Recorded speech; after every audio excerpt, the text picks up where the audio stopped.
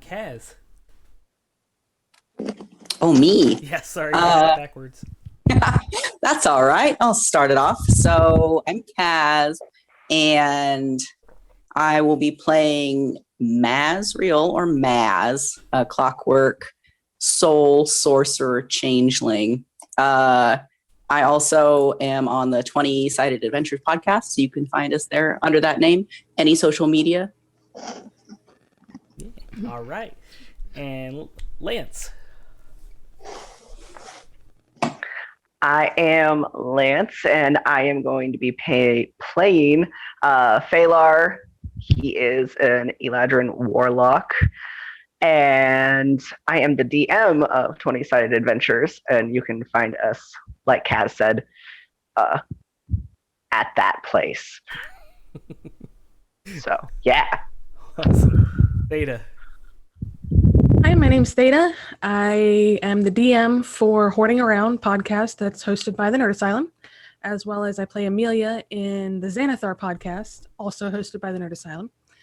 And tonight I'll be playing Click, a Aarakocra bard, lore bard. Nice. Yeah. And Sigma. I'm Sigma. I play in Hoarding Around as one of the characters. I play Zenrik. And tonight I'll be playing Marcus, the Goliath barbarian who has been touched by wild magic and has wild magic surges when he gets angry.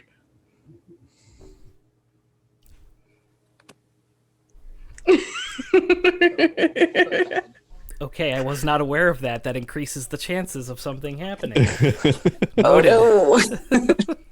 That went from a 5% chance to a 20% chance now. Ooh.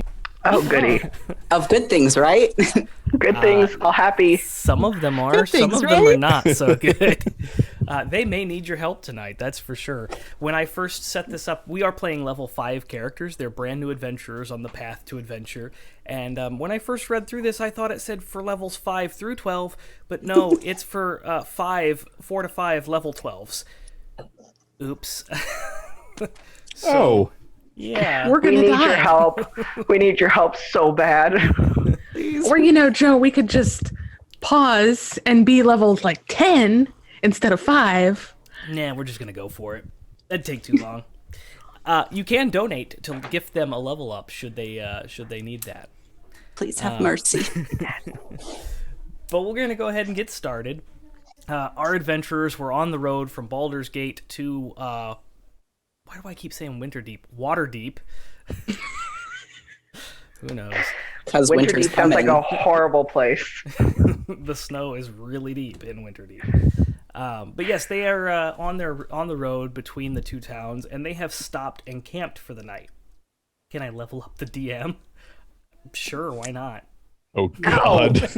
Grim, All the you monsters know. grow in strings. Hang on a second. Out. Ouch.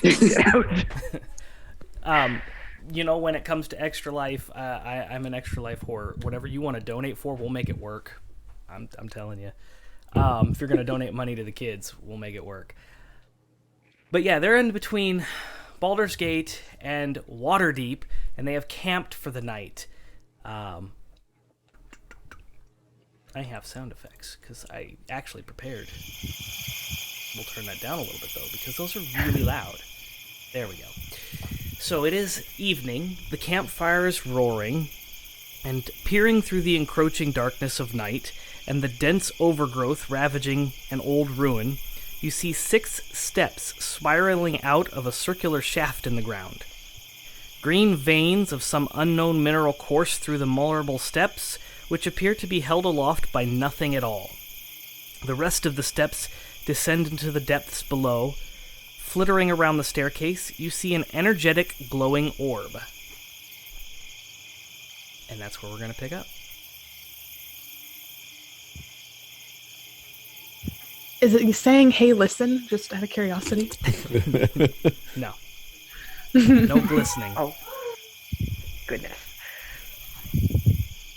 Is this something that we would have known about or heard about or read about? The stories of the the stairs go back for generations. It's a well-known story. Yes, there used to be a mansion upon this property, and it's no longer there. But the stairs float above, supposedly held by magic and nothing else. What remains of the underneath the cellar of the mansion is said to house treasures beyond imagine. Sorry, I didn't preface the entire thing, did I? Thanks.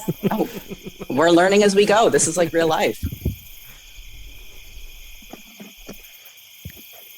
Do you suppose that thing will lead us to treasure? I mean, if the stories are to be true, it could.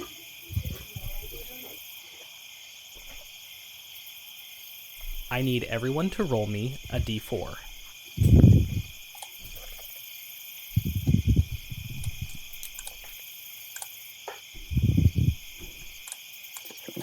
I rolled a 3.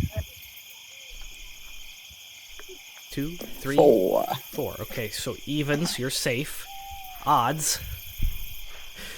You feel the hair on the neck stand up. Suddenly, a ghostly image of a proud knight appears in front of you. The spirit's bluish form flickers in and out of existence. Hidden by striking archaic armor, the features of the ghost are indiscernible. Emblazoned on its breastplate is a flame surrounded by stars. As this manifestation shimmers in and out of corporeality, you feel a sensation that chills you to the core. So you two see this. The other two don't really notice. We don't. I'm not the only one that saw that, right? I see it. The orb? No. The ghostly knight. What ghostly night? That's I'm going to comforting. point that It is ghostly night. knight. Yes. About 120 feet away from you, there is a image of a ghostly knight just kind of flittering in and out of corporeal existence. He doesn't seem to be moving towards you, but seems to be kind of just floating back and forth left to right.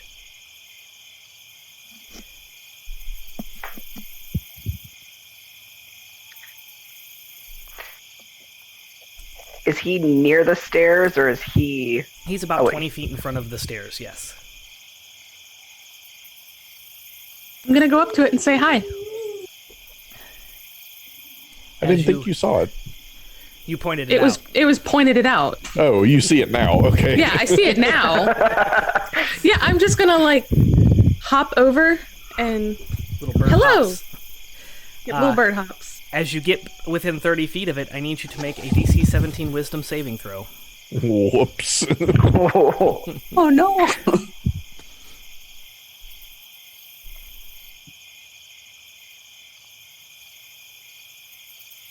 Exactly 17. Okay, you are not frightened.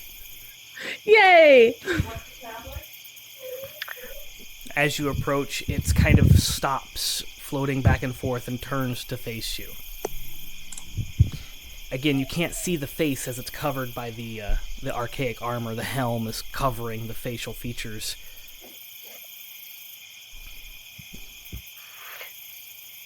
Yeah. Seeing the knight, I'd like to cast mage armor on myself. Okay. Yeah, I'm gonna say hello to it.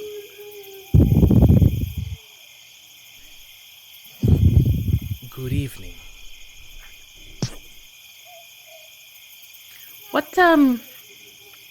What are you doing out here? I am Aethelwald. Fuck Wizards of the Coast and their goddamn names. I am Aethelwald Grindelwald. I don't know. Quite the middle name. I swear they just grab a bunch of letters and stick them together. They make no sense. I am I Aethelwald. agree.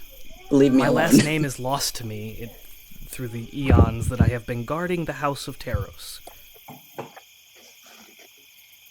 So this is the staircase to the legendary house. Cool. Indeed. So if somebody wanted to go in, they have to do what? I will not stop you, but I would advise you against it. Why?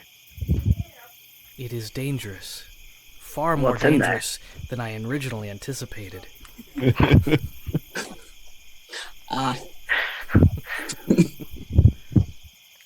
I say we go back to the town and go to the tavern. Let's go kill some boars. That's how other people level up, right? I think there's a farmer that needs some rats killed. That seems more our speed.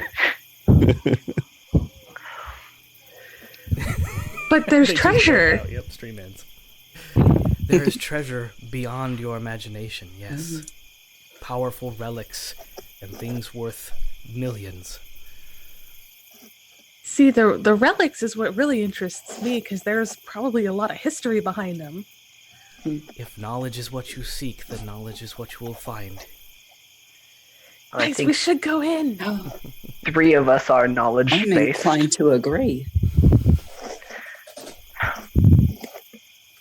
Long Seems like a ago, very... the House of Taeros used to be a study of another name that I cannot fucking pronounce. We'll call her Ella. That's not what Enchanted? she's called, but fuck it, she was enchanted, yes.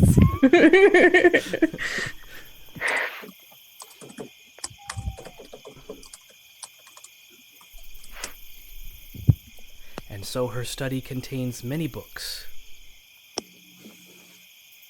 So, books for the 3 of us, treasure for you. Let's go. She's very excited. I'm sure we can handle whatever comes our way. Oh, absolutely. if we die, at least we get to sleep.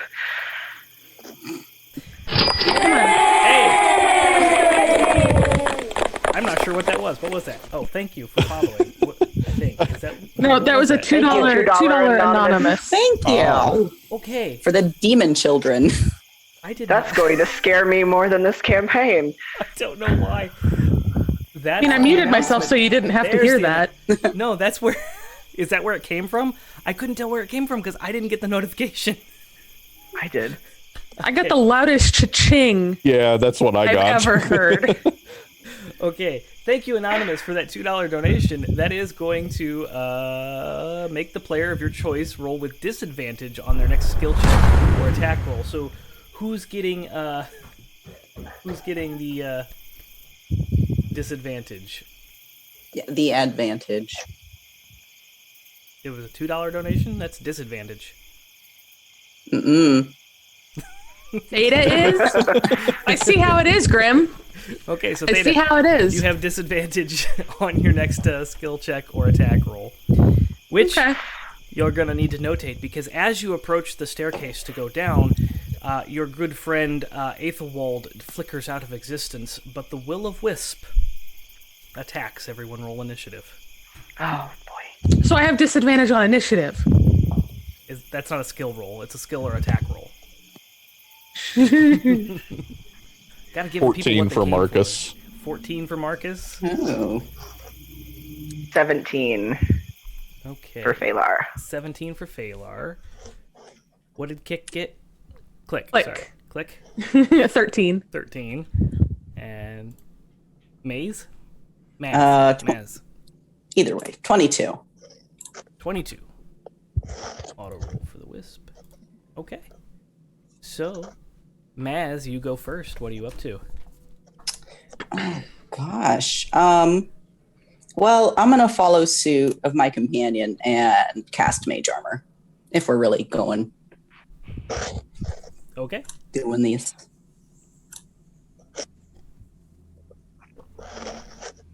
I'm also going to hang back behind the others. Okay. So you're going to kind of move back so that you're behind everyone? Squishy. That is going to be the Will-o'-Wisp's turn, and it's going to move forward and attack the first person that was heading down there. Click. So that is a roll low 10 to hit. I'm assuming that doesn't hit. Nope. Okay, Phalar, it is your turn. I'm going to cast Eldridge Blast. Do it.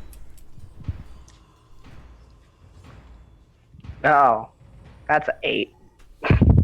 That I don't think. Nope. Nope. It's not gonna hit. Okay. Do you have any bonus actions or all right. movement? Okay. Yeah, no. Okay, Marcus. There is a will-o-wisp in front of Click. What would you like to do? I'm going to walk calmly up to the wisp, pull out my greatsword, and attack 2 times. Oh. First one is a 12 to hit, Not gonna hit this will-o-wisp. It just kind of and the flickers. second one is a 14 to hit. 14 is not gonna hit either, as it Great. just flickers, kind of out of existence, and kind of like phases through your sword as you swing across it. I'm going to look perplexed. And that brings us to Click. Click, what would you like to do?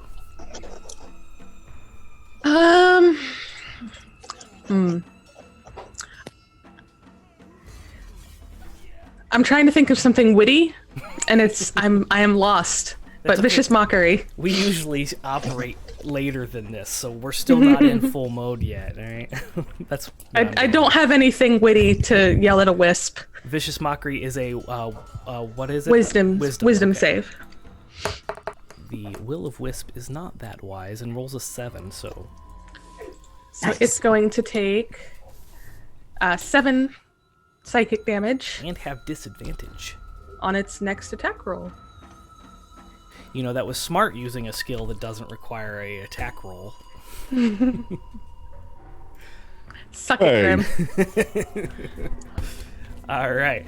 That brings us up to Maz. Maz, what are you doing? All right. Let's firebolt this little bugger. Ow. 15. 15 isn't going to connect. It kind of flickers and disappears for a quick second as the firebolt goes through where it once was. I don't and know then where it's at, Bubba. it flickers back into existence. You're going to get it? Okay, you get it. Sorry, child aggro. Oh, you're fine. We are doing this for the children, so, you know. It's atmosphere. Yeah. Any bonus actions or anything? No? Alright.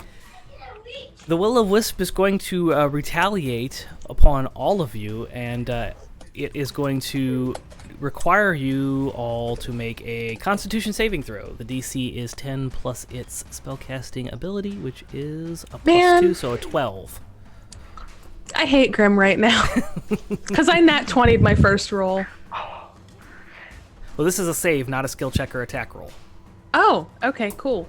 Yep. Then I nat 20 for a Nice. 23. 21. I rolled not a save. Hold on. Oh, 12. 12. Okay. So the two that made 12, you're going to take full damage, and the other two are going to take half damage. As the thing begins to kind of pull life force out of you, you feel a little bit weaker. So 9 is the full damage, and you take half that if you saved. Roll up or down? Round up or down, I should say. Round down. Okay. So 4 if. And that was its turn as it tried to consume life. Phalar, you're up. What would you like to do? Question. Realize on my Eldridge Blast, I get 2 beams. Do I need to roll an attack for both of those beams or just one? Both beams. I think Yeah, you roll each- separate attacks yeah. for each one. That's what I Each thought. Okay. So the first one was a dirty 20, Okay, that's gonna hit. and the other one was a 25. They both hit. Roll your damage. Roll that beautiful damage footage. So the first one is 5, and the other one is 9. 5 and 9. So 14 points of damage. You see the magic missiles or Eldritch Blast. Which one? Eldridge Blast. Eldritch Blast. Okay. You see the Eldritch Blast fly off and kind of explode and absorb into this thing, and it flickers and it kind of changes colors a little bit, and you hear this very minute squeal come out of it. and it's kind of now flickering and very weak. The light has kind of dimmed in it. Marcus. I'm gonna hit it again if I can.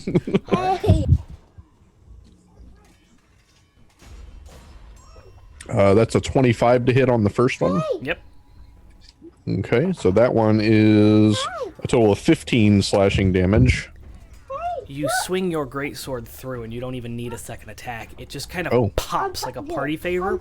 Sweet. And you hear this as the light just kind of fades out of existence. And you're all out of combat. Congratulations, you have beaten the first encounter. We're gonna die. Yay! Oh no. Oh man. Okay, We're they're doomed. really gonna need your help tonight. I totally misread that. 4 or 5 level 12s, and they're level 5s. 4 level 5s. Gee, thanks, Joe. Yep, it's fine. But you didn't die, so, yep, DB's right. You didn't die. So there before you This is time. a staircase. The staircase is a spiraling staircase that goes up about 30 feet, but also goes down into a dark hole.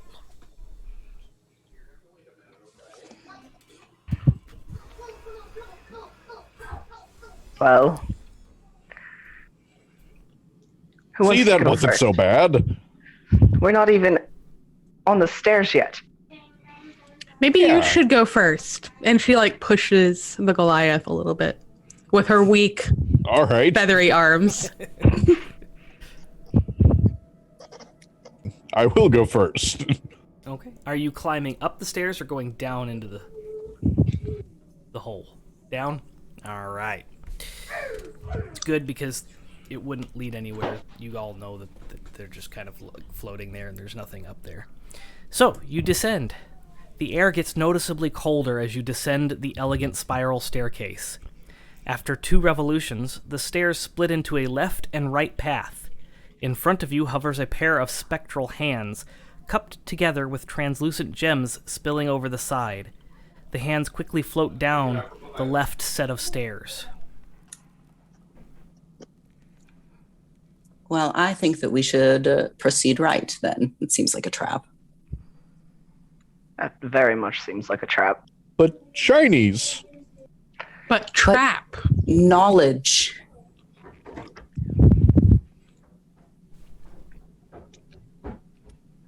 Marcus is going to grunt in consternation. And go left or right? All right. You're the smart ones. I'll go that way then. And if we don't find something this way, we can always turn around and go back. Hopefully. I'm going down the non-honeypot pathway.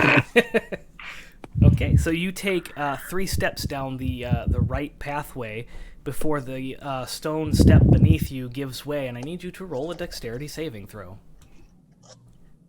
DC 12. Would I get my danger sense on this? Because I can see Yes, it. your danger sense would kick off. Okay, so I roll with advantage. Cool.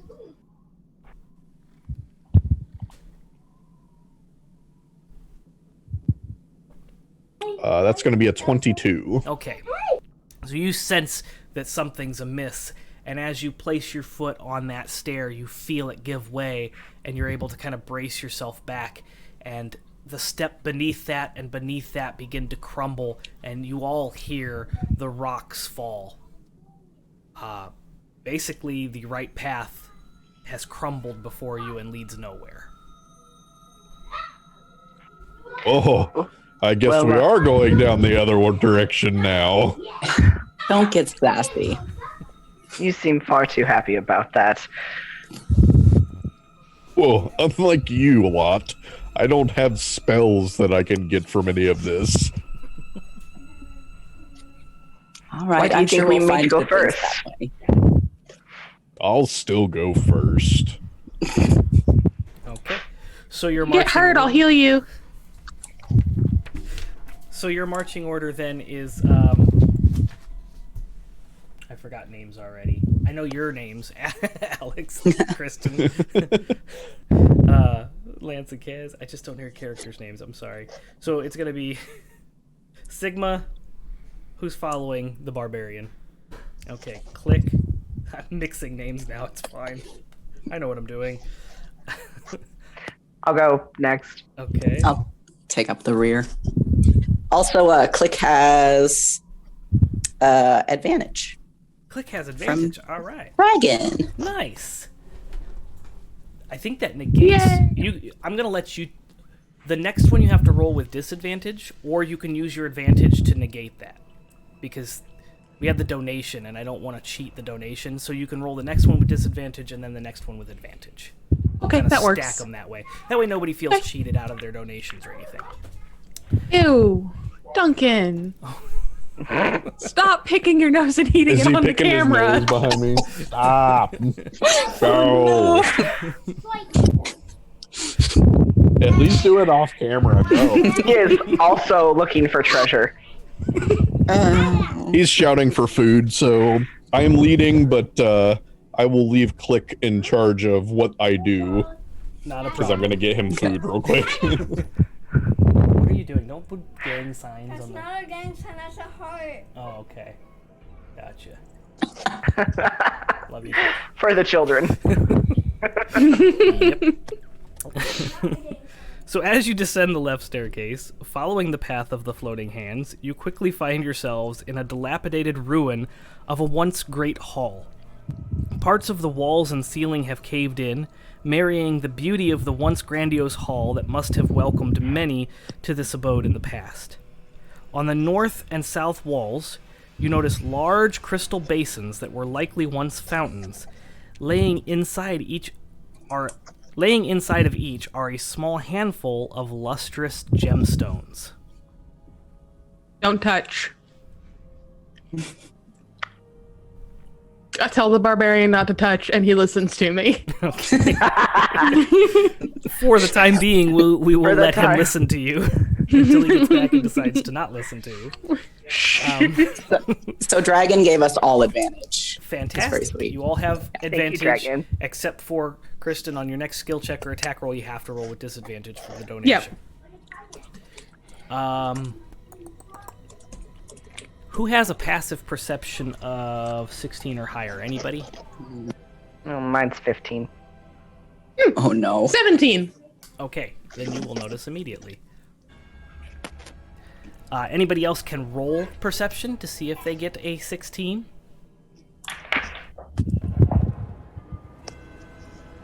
15. Not quite. 20. Okay. So, Click notices first, but then quickly after, Phalar, did I pronounce that right? Yes. Okay, Phalar will also notice that there are 3 shadows in this room. Nefarious shadows. You recognize these as shadows that shouldn't be where they are. They stick out. They're not shadows from light in the room. They are Evil shadows. Evil shadows. So you notice these in the room. Okay. And Sigma, I told your character not to touch the shiny gems at the bottom of the dried fountains. All right. Oh, he did listen. Dang. All right. I've learned to trust the smarter individuals in my group. At level 5, wow, you're ahead of the curve. Yeah. Smart barbarian. My intelligence is 12. Well, not too bad then. Not too bad. On the far end of the room, you see that there is another staircase that leads down the stairs. This seems to be like the welcoming room. And again, on the north and south walls, there's these large dried up fountains that contain probably 30 to 40 brightly shining gems sitting in them. I'm glad I'm not playing with Zenrik right now. Yeah, he'd be drooling over that.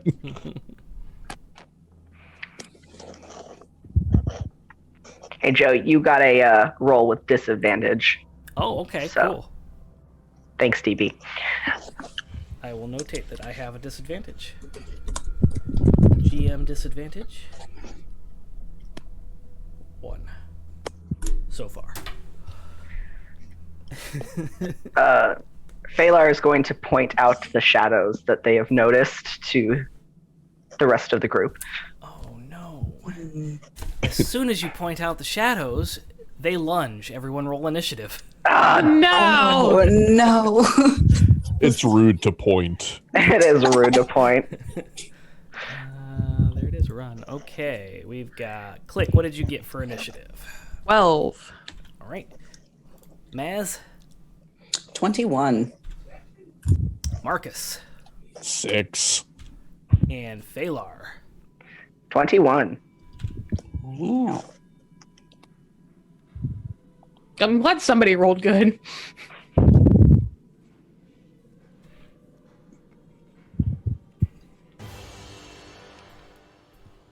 All right, Phalar, you are up first, as this room is kind of a rectangle, although the north eastern part of the wall is kind of collapsed in. That's probably where the other staircase led around, but it has since collapsed, so the northeast corner is kind of like cut off.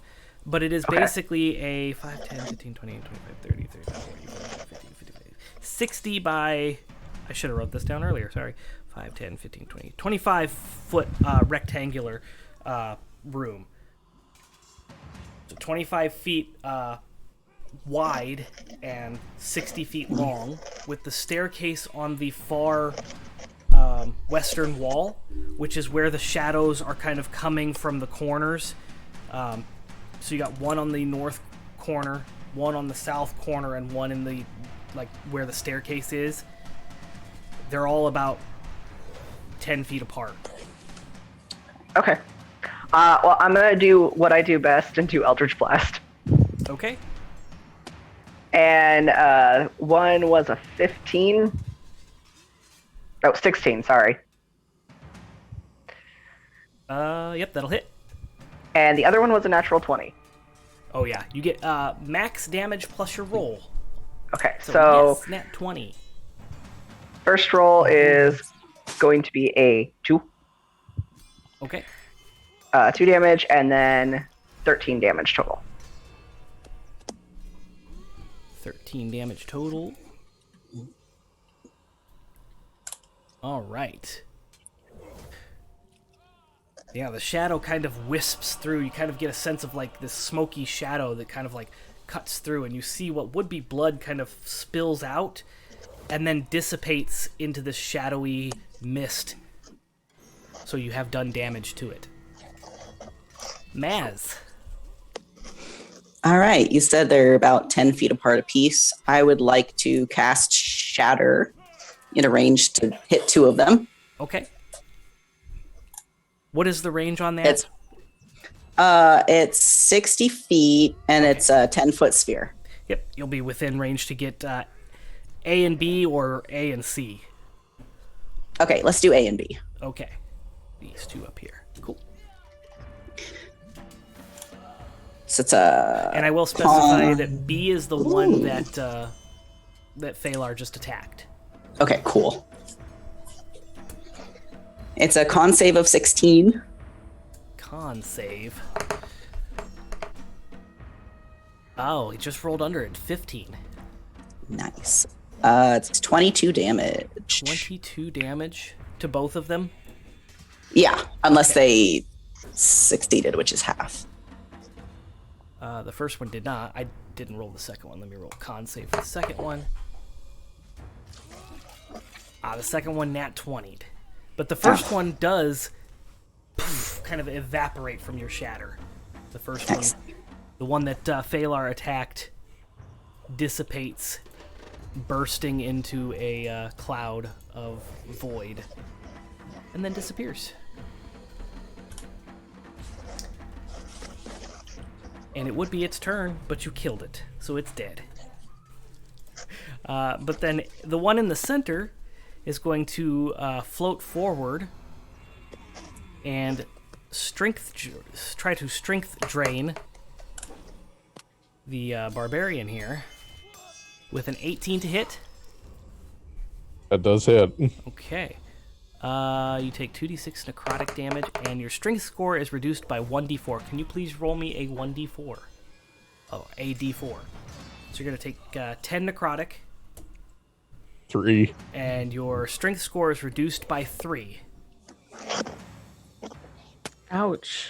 And this will last until you take a short or long rest. Or someone donates. We'll throw that out there. Why not? $5. $5 donation clears that up. I think that's the thing for the healing potion. I know. I sound like a salesman. I don't care. It's for the kids.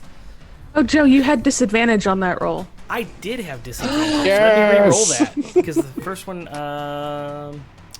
con save. Second roll is a 13 plus 1 is a 14. What was the DC? That doesn't hit. There you My go, armor then. class is 17. Okay, so that doesn't hit. You are not... you restore that 10 necrotic damage, and you are not reduced. Come in and Thanks, clutch Dragon. with that disadvantage. Yeah, really. Thank you, Dragon. That does bring us to Click. Click, what are you going to do? You know, for a big shadow thing, you're not very menacing. And vicious mockery it. Okay, that's a wisdom save, yes? Yes. They have no modifier. Straight roll. 15. DC is 16. Okay. It takes 3 psychic damage, and it has disadvantage on its next roll. Were you targeting A or Nice. C? A is the middle, C is the southern wall. I'm gonna go with A, because it was attacking my friend. Gotcha. A. You said 3 damage, and it has disadvantage. Cool. All right, that brings us to Marcus. I'm going to calmly pull my greatsword out and swing at the one that attacked me. Okay, that'd be A. First one's a 21 to hit. That'll hit. That Dragon did is- disadvantage on Joe again. Nice. Another disadvantage. That's 14 slashing damage for the first one. 14 slashing damage. All right. And the second attack is a 19 to hit. I will let you transfer that second attack to the other shadow if you would like, because the second one is dead. You've sliced right through it, and it just kind of like poof into nothingness. Okay, yeah, I would definitely walk over to the other one and swing at it. So 19 to hit on that one. 19 to hit is going to hit. Oh, almost max damage. 16 slashing damage. Okay. You slice right into it, and you feel a little bit of resistance as you kind of like pull through, and it kind of separates in half, and then you see like little strings of shadow kind of trying to attach itself back together, but it's not doing too well. It does desperately try to retaliate, and I still have a disadvantage, so I'm going to roll again because that was an 18. This one is a 16 to hit. That doesn't hit. Okay, coming in clutch with those disadvantages. Thank you, DB. And that's going to bring us back up to Phalar. Phalar, there's only one left in the room. Yep. He's not happy about this whole thing. He just pointed. He's going to cast Chill Touch, and it was a 25 to hit, Okay, and That's that gonna hit. was 15 points of necrotic damage. you said 15? Mhm. The same thing. You cast your Chill Touch, and you see it begin to kind of wither away and dissipate, become less of a solid shadow and more of like a vague veil. of void, and it kind of begins to kind of dissipate and stretch apart, and you see these little strings of void trying to connect each other. It's not doing well.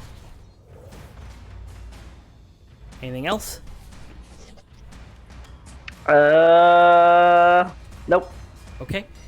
And the 20% chance, we hit it. So I need, since you were the one that cast it, I need you to roll a D100, please.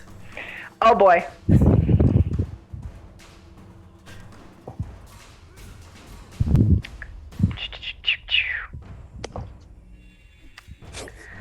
That is 34. Kiko. As an effect, you have successfully caused damage to that, and as an effect, you feel sluggish, you feel slow. The effects of slow have been cast upon you by a wild magic surge. Really need a nap. Okay, cool. And that brings us to Maz. All right, so I would like to firebolt. And it looks like you have advantage, Kaz. All right. That's a good thing. 19 Okay. That's going to hit. for 9 damage. That's enough to finish it off. How would you like to do this? I think we're ready to go. He's hungry for knowledge. He's staying well back behind everybody for his own safety. But he just kind of reaches out in between and blasts it. And it just dissipates into nothingness, and you are now out of combat, standing in the Echo Fall room.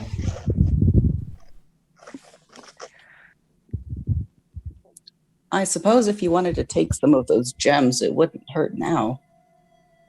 Unless they're cursed. That's his problem. Marcus is gonna grin, and then at the word curse, he's gonna look like. I'm going to give you each a chance to roll history on this. The DC is 15. Because this place is famous, there are stories about this place, although details are kind of lost to time. 20, not natural. 19. Nice. 15. 11. I'm the only one who doesn't know. Okay. Yeah, you don't recall any specific things, but everyone else recalls the story of the Frozen Falls, which were not waterfalls, but sculptures of floating gemstones that were made to resemble the likeness of a waterfall. They were said to be minor mythals, responsible for changing the function of magic within a small area. And this is the remnants of that. All these little gems are kind of the broken Frozen Falls.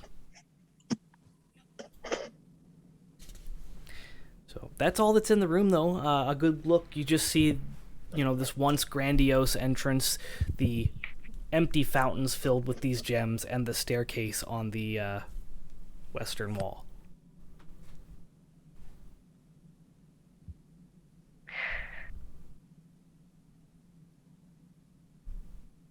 Well, I'm gonna take Marcus, some gems.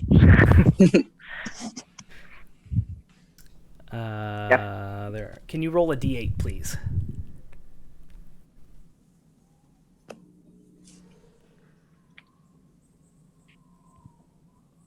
That is a 4.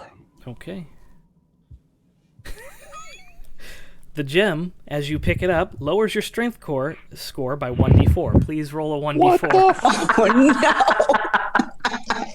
You just happen to pick up the right one. Oh, hang on. 4. Hang on. Oh no. Your strength score has been lowered by 4. Oh. And you feel it. You feel suddenly very weak. Are you two going to be all right? next time we go I looking don't for like knowledge, this place. let's just go to a library. Libraries are no fun. It's all stuff people already know. This is Quick lost question. knowledge. This is not fun. This has not been fun. We've fought a wisp. that nearly kicked our ass, and shadows that didn't like us either. But did you Because you die? pointed at them. It's rude to point. He's gonna point at Maz and then start towards the western staircase. I Sigma slap has him in the back of the head with Mage Hand. And you're keeping the gems on you? I mean, if it saps my strength, I'm gonna throw it like immediately. As you let go of the gem and it falls back into the thing, you feel invigorated again. Oh, good. So his strength modifier goes back up 4? Yep. That's good. Good. Also, Sigma, you have advantage on your next roll. Nice. Oh yeah, thank you, Keeks. So as you head over, the staircase descends into darkness. Does anybody have dark vision? Just you. Am I the only one? Oh, no. I'm gonna take out my rod and cast light on it so that I can see. Okay, as you light up the area down below, it lights, there's a staircase that leads to a landing that you can see leads to a spiral staircase that goes down into the cellar.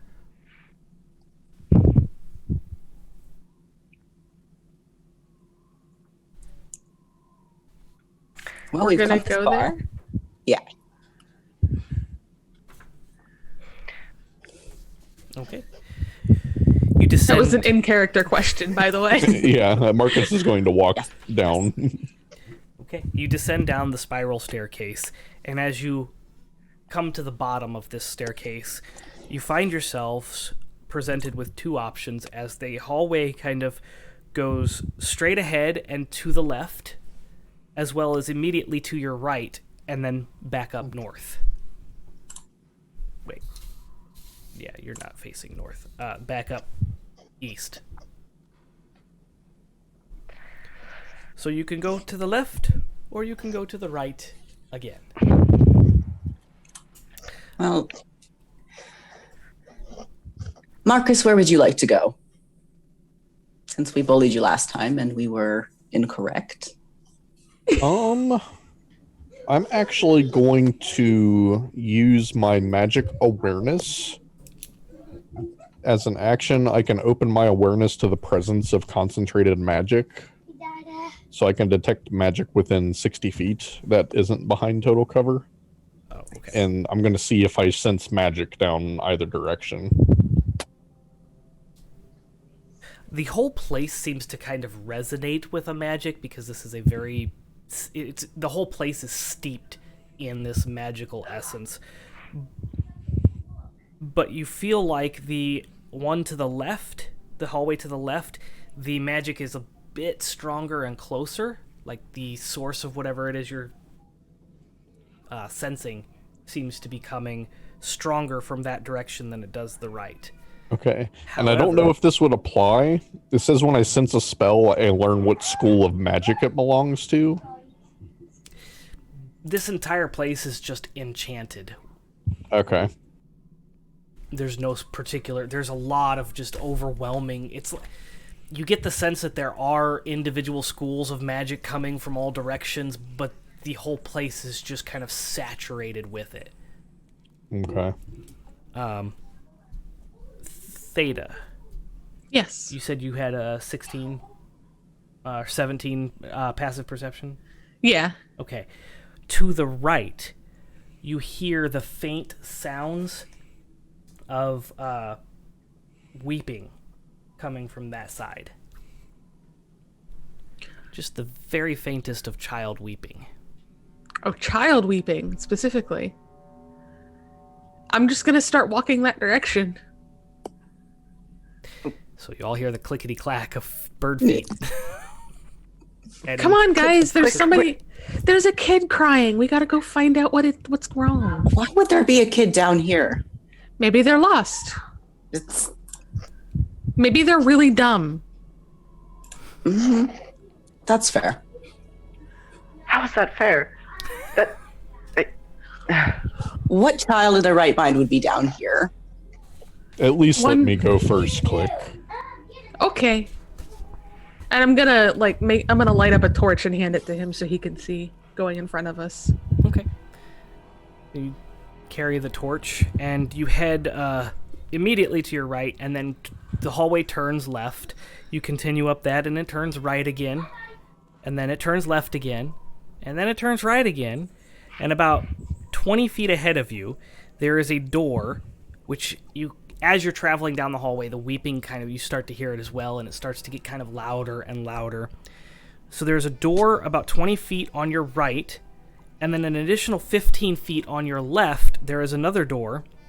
And the hallway continues down for another 40 feet and seems to turn both left and right.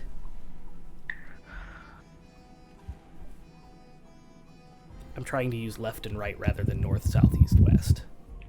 It's easier to tell. Is there a way to tell either left or right which way the sound is louder? The sound seems to be emanating from the room on the right. The closest room. Okay. I'm waiting for our barbarian to not have child aggro. Oh, you're fine. The kids love their daddy. You're muted. We're deciding what direction to go. Yeah, and the weeping is louder to the right, you said? Yep. Okay. The closest You're door, right. the one on your right. Okay. As you open the door, because it's not locked, the ruined room was likely once a garden for magical botanicals. Cracked stone troughs litter the walls of the room. Much more dirt covers the ground than in any of the other hallways or rooms that you've been in. Broken vials adorn the floor next to a liquid-stained stone table. There are several char marks around the room. Kitty. Oh, baby. Do we see any human babies? Do not see any human babies. Okay. Is the sound of crying still coming from this room? It seems to be reverberating from the walls. Maybe the kid's stuck in the wall? No. I don't know, but I feel like we should back out of here. I would like to check out that table, though. I'm going to start going over to the table. Okay. You can roll an investigation. The DC is 14. Taylor would be close behind. 8.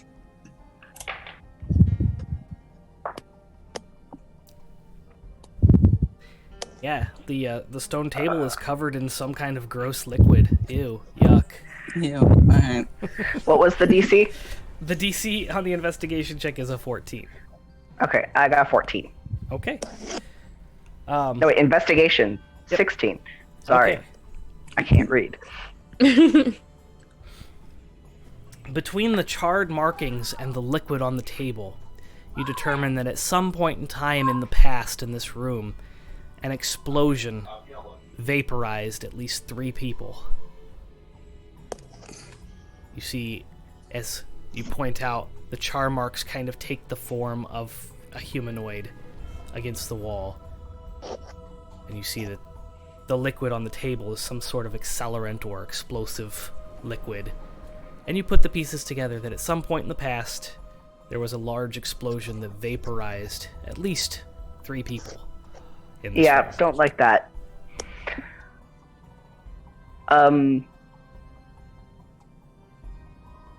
I think we should go, and I think we should not bring our torches in here.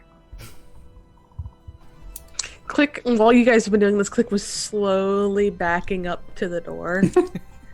Just the little bits of click, click, click. Marcus is going to frown and look at his torch. But I need it to see. Yes, but whatever happened here was it caused a big boom, Marcus, and bad things happened. So Oh, I don't think we should come any closer with fire in case that this stuff is still Volatile? active. Yes. Well, we did our civic duty and we looked for the child, so.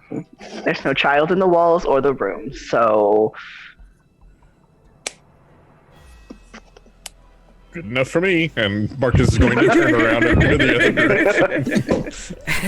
As you begin to exit the room, Marcus, you're being the last one leaving. You, out of the corner of your eye, spot a ethereal figure standing over the table. Appears to be young.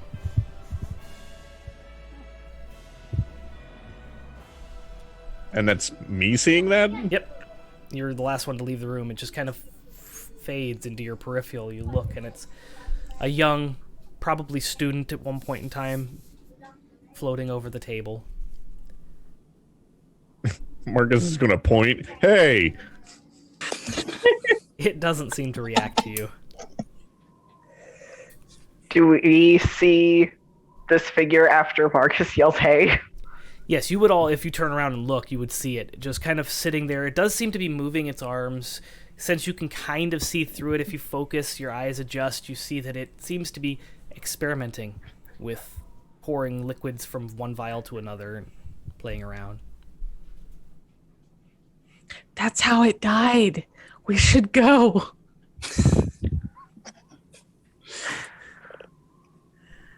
I mean, if we think we can't help it, then How do you help a ghost? Like, what do you do? you send it on. I'm not a cleric. This is not my expertise. All We right, are all then. very far from clerics. Marcus is going to frown again. I don't want to fight a child.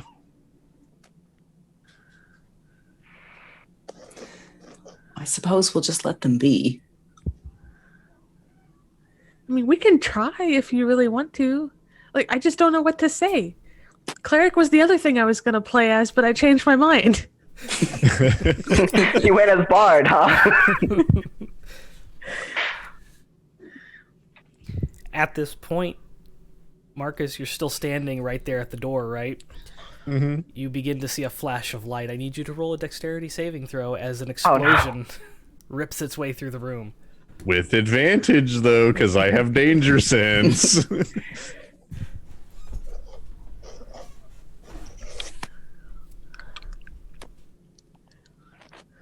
It's going to be a 17. Yeah, you just barely make it to jump back out of the room and shut the door behind you as everyone hears an explosion. Although you would expect some sort of like shaking or movement from an explosion like that, it was just visual. The wailing begins again. Marcus is going to hold on to the door handle, look down at it, look back at everybody else. Look down Click the is door walking again. down the other hall. Yeah, we should go. Okay. Follows the burb. From where Yeah. you're at, if you continue straight forward in the same direction that you were coming towards, there is a door on your left, and then the hallway cuts to the left, and then continues for another 10 feet and goes left and right, like at a dead end. So there's a door to your left, and then the hallway cuts to the left, but also keeps going for another 10 feet, and then splits in a T. Trying to be as descriptive as I can looking at this map. It's a maze. We're good. We're Yeah, already we're good. lost. I Right. forgot which We're way we lost. went. Yeah. We're not getting out of here. It's fine. Nobody has the labyrinth Not with feat. that attitude. I'm a Goliath, not a Minotaur. I'm gonna go up to the door on the left and listen to see if there's any noises coming from inside that room.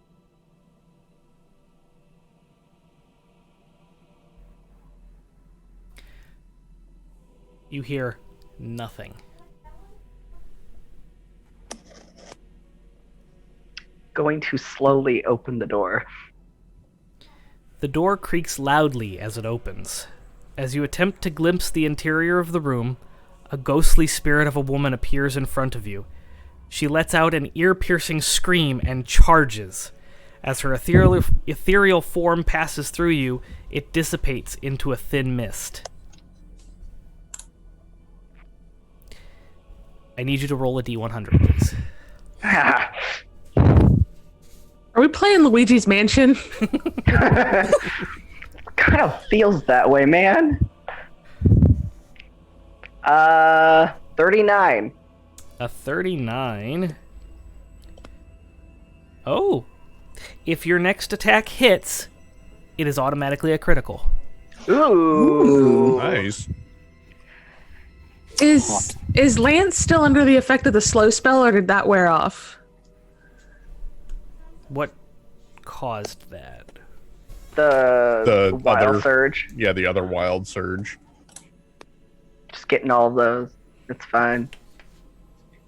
Oh, it only lasts a minute, so yeah, it's dissipated by now. Okay. Okay. Yay! Ooh, you're not running in slow motion anymore. Yeah, that happens, and he like lets out this screech and shuts the door quickly. Just Can I take like a piece of chalk and put an X on the door? Absolutely. I'm gonna do that. Okay. Yeah, you mark the door so that you know you've... We've been here. it's a no. You were not able to really see what was in the room because as you were kind of opening the door, the spirit was right there and they just kind of charged right at you. Should we double check and make sure there's nothing of worthwhile in there? If you want to double check, you can double check. I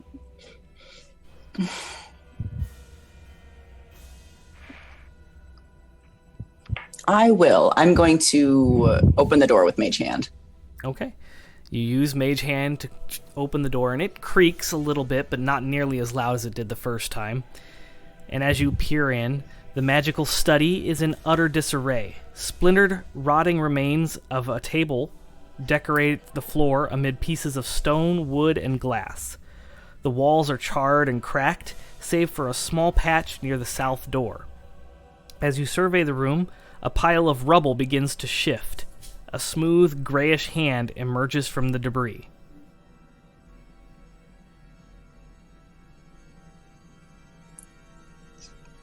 Does it seem hostile? It just kind of emerges and stays put.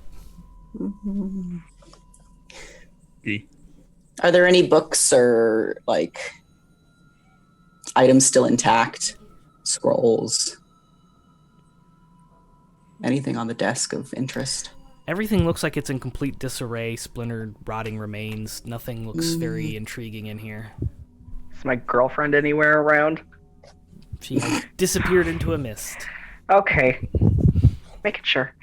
Yeah, I'll shut the door again. I suppose that's that. Okay. And you mark the door with an X.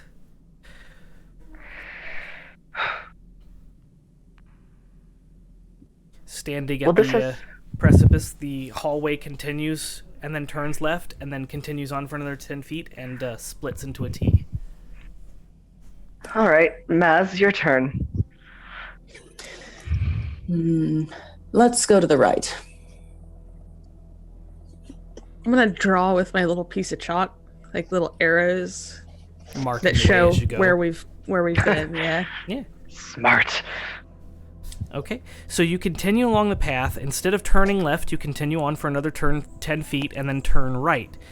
This displays a hallway, 15, 20, 25, about 30 feet further down, and it turns slightly to the right before you see rubble. And sticking out of the rubble is the hilt of a glorious sword, almost giving off a dim and faint glow. Where did I put that page? Is it a great sword? Looks pretty great.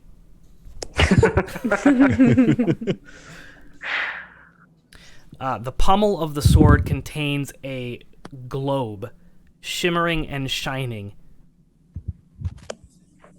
giving off a faint blue glow. I'd like to do an Arcana check Go for it. on the sword. I also would like to do that before he says his result. That is 19. Okay, And I got a nat 20 nice. for 25. Nice. Sweet. Oh, wait a minute. I have disadvantage.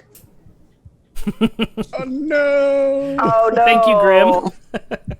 I have an 8. Oh, Screw you, Grim. Oh, From a nat 20 to an 8. I hate you, Grim.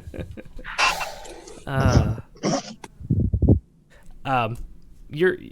Never mind. It looks like a sword to you. Yeah. Pretty- I'm gonna go pretty put my little- kids to bed. Okay. It's got a pretty little jewel in it. do we want to pause for a second? We can definitely take a break at Yeah. this point if you would like to.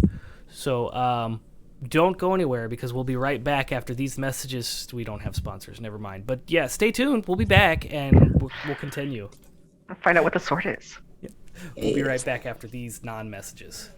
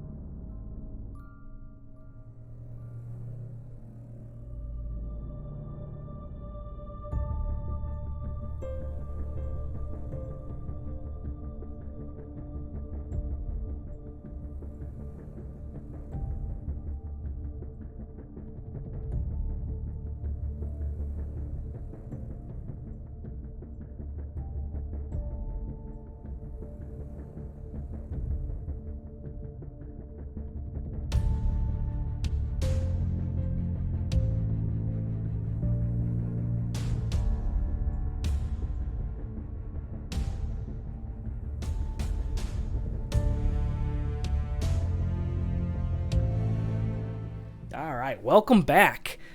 Somebody was about to grab a sword. Ooh, me, pick me. Before I foolishly grab this sword, is there any writing on the sword anywhere that I can see? There is no inscriptions or writing, but inside the gem, as you approach and kind of look in, appears to be a small piece of bone, no larger than the tip of a finger. So, like, one knuckle. Oh, this is going to be foolish. All right, I'm going to grab it. As you grasp the hilt of the sword and pull, your vision goes white. A soft voice penetrates your head. "Free me," it whispers. As your vision returns, you are not holding a sword, but rather a vaguely sword-shaped rock. I need everyone else to roll me a DC 18 intelligence saving throw. Oh no. Oof. That's a Sorry, 15. y'all. I rolled 18 exactly. 17. Okay. So, Phalar and Marcus are the only ones that remember seeing the actual sword. Everybody else, it looked like a rock, a vaguely sword-shaped rock the entire time. You've lost all memory of seeing the sword. Well, good. I just thought it was plain anyway. Yeah. Why are you holding a rock? So I still see it as a sword, or I just see it as a rock? You see it as a rock now. Don't know.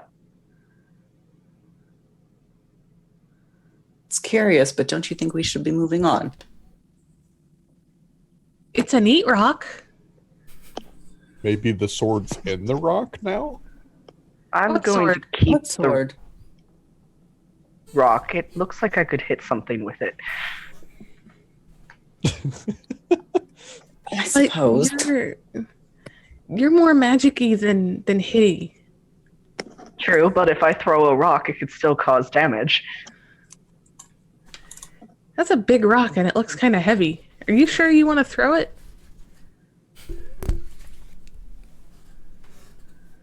Marcus, do you want to carry the rock?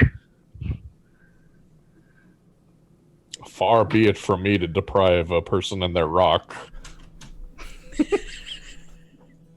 I'm going to drop the rock. As you drop the rock, you hear it clatter against the ground. It actually breaks, like the hilt kind of breaks off from the rest of it, revealing the interior to be rock. Rest well, rock. I'm going to turn around and start going the other way. Okay. You continue down the hallway, and you get to the point where you can turn left, and you know that because the doors are marked with X's, you've been down that hallway already. You can continue straight along for about 15 feet before there is a blockage of rubble, and it turns to the left. I'm still marking our path.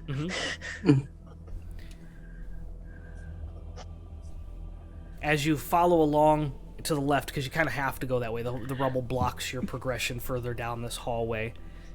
You turn back to the right, and there is a door on your left, presumably leading to the same room that you had checked out earlier, the one with the hand that came up, and then you close the door.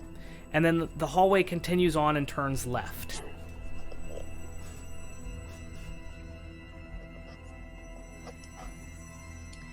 So you continue on. As you continue on, you head down about 40 feet. The hallway turns to the left, and about 10 feet down that left-hand turn, more rubble blocks your path.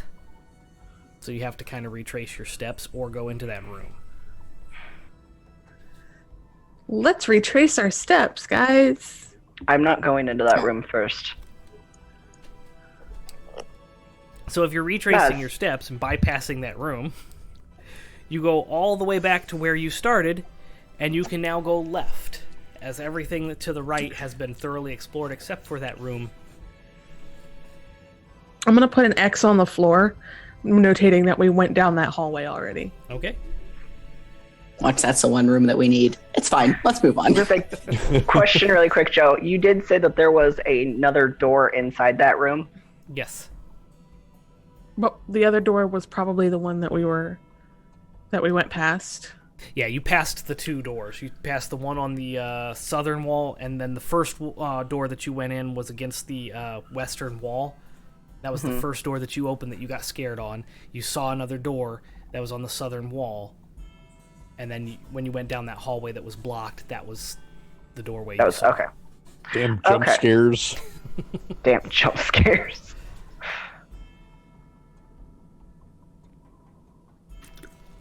So, you go back to the staircase, and there is the other route. You head down that hallway.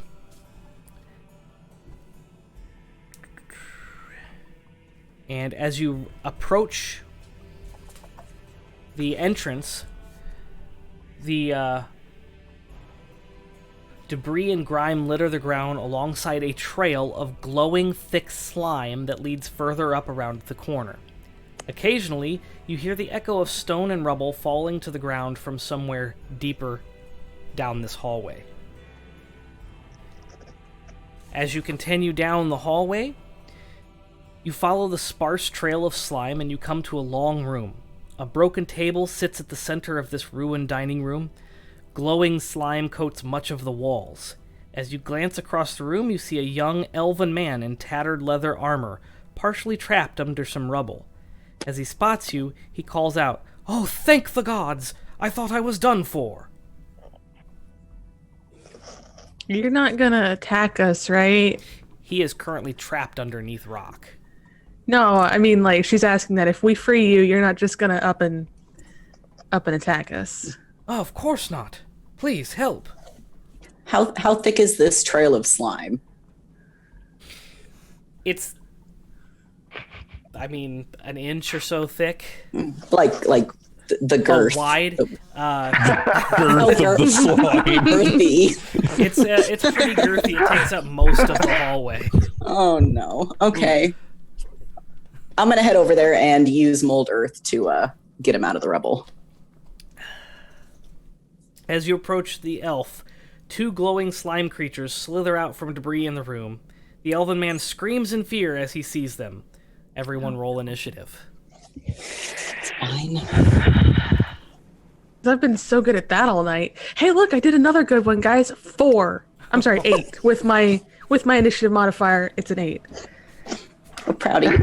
Better than me, I got a 4. Oh no. So Click had an 8. Maze? 12. 12. Marcus 14.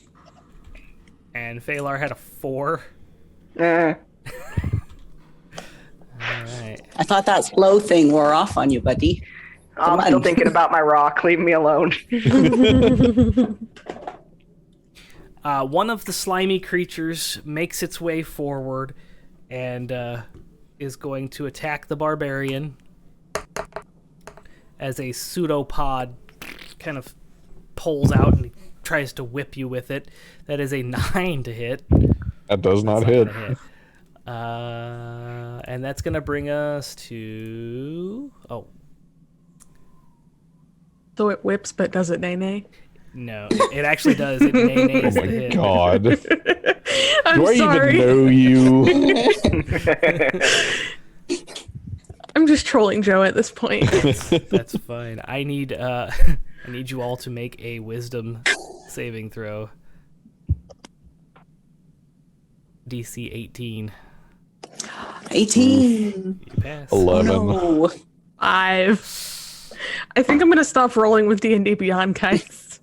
Dragon said some of us still have advantage. Do we know Oh wait, who I have still advantage. does? Oh, Yeah. yeah. Please roll with advantage. That was 23. Oh, still 11. 16 this time. Ugh.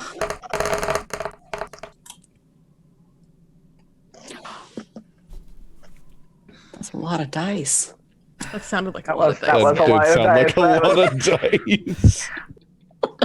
Did you guys know that you could donate and help us out? I'm gonna take some time to do some math. If you need to donate, No. donate now. Oh my god. I have disadvantage. Oh, thank God! Please. Please let me roll that. Oh. Again. Oh wait, no, that's not a disadvantage. It's a save It's thing. a save. It doesn't matter. Shit. Oh no. Hold on. What's the That's what's the the stuff we have again? things. What are the things?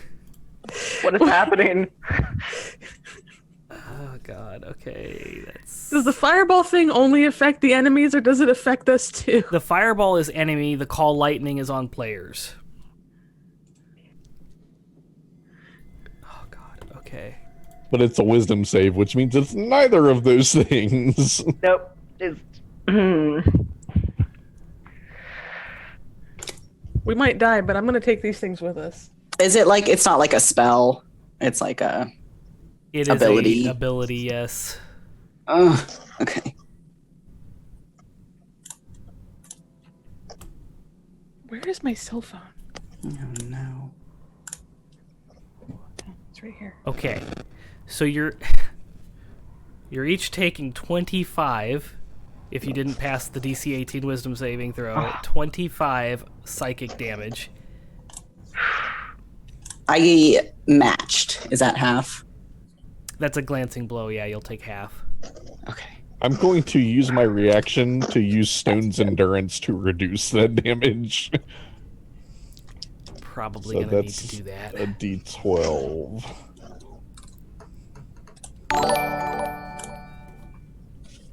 We So have I reduce a that by notification. 9. We got a thing. Anonymous has donated $25. So, thank you. No. as you're all taking that damage, What was the damage again? I was it's distracted. 25 25. psychic damage. Ouch. Yeah. Ouch. A fireball erupts from the back corner underneath. Oh, that's what that is. Okay. Apparently we have two notification systems because the extra life thing is dualed. There's one above and one below. That's what that is. Thank you. So yay, thank you for that $25 donation.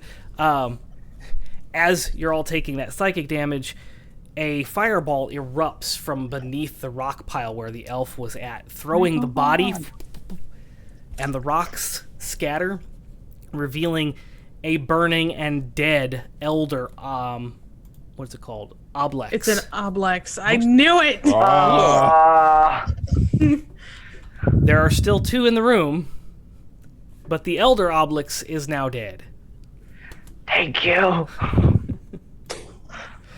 That brings us to Marcus. The two slimy Oblex spawns are on either side of the exploded rock rubble. What would you like to do? I'm going to get angry. Because I don't like being tricked.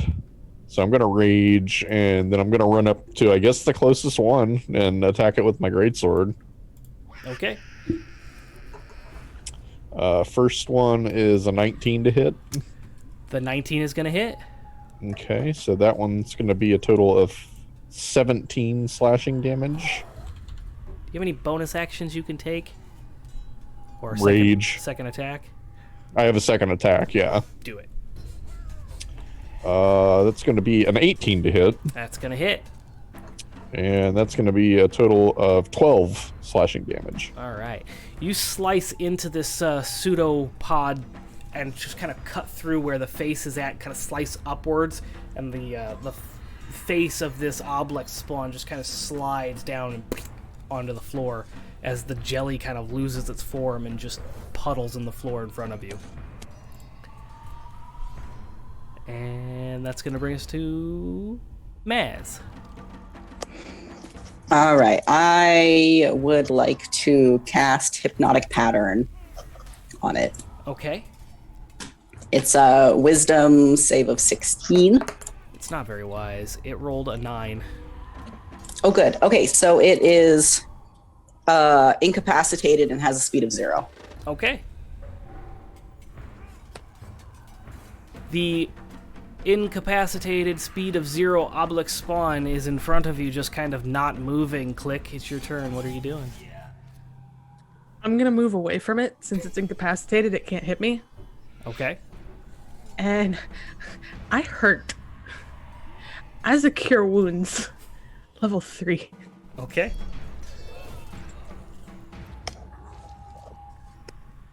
19. That negates the majority of that damage I took. Perfect. Marcus is gonna look back and see you healing yourself and just pucker his bottom lip out. Am I allowed to do healing word and cure wounds in one turn? Because healing word's a bonus action, Yeah. but cure wounds is an action. Action, bonus action, movement. I would say yes. Okay. I don't know what raw is, but it makes sense to me that you get an action, a bonus action, and a movement, and if one's a bonus action, one's an action. Okay. I will healing word at 2nd level, the barbarian, and then I will pass more heals on my next turn. Okay. The obelisk spawn is 10. incapacitated. So, does it get a save to try to break free of that, or is it just incapacitated? I believe it does. At Or the let's end of see. its turn, it can re-roll. It doesn't say that it can actually. Failed save. It's just charm for the duration. Okay, and what is the duration of that spell? 1 minute? Yeah. Cool. So it is incapacitated, which brings us to Phalar. Oh, it does end if it takes any damage. If you hit it, it breaks the spell. Yeah. So someone hit it I'm gonna really smack hard. it, so Phalar, you're up. What are you doing? Eldridge Blast. Do it. I got a 19 and 23 to hit. Oh yeah, they both hit. And that is going to be 13 points of damage total. You send that Eldritch Blast out, and it hits in the center and kind of crystallizes this jelly blob. The second one hits and kind of shatters it. And you are all out of combat. Congratulations, you have survived another encounter. We wouldn't have without the donation. No, we. Without the anonymous. Okay. I'm going to go to my other 2 friends and do cure wounds on each of them. Oh, thank you. Oh, So, Kaz, you get 19, Thank you. and Lance gets 13. thank you. Oh my gosh. And I am out of 2nd level spells, you guys. I hugged the burb. Oh. Tweet, tweet. Tweet, tweet, motherfucker.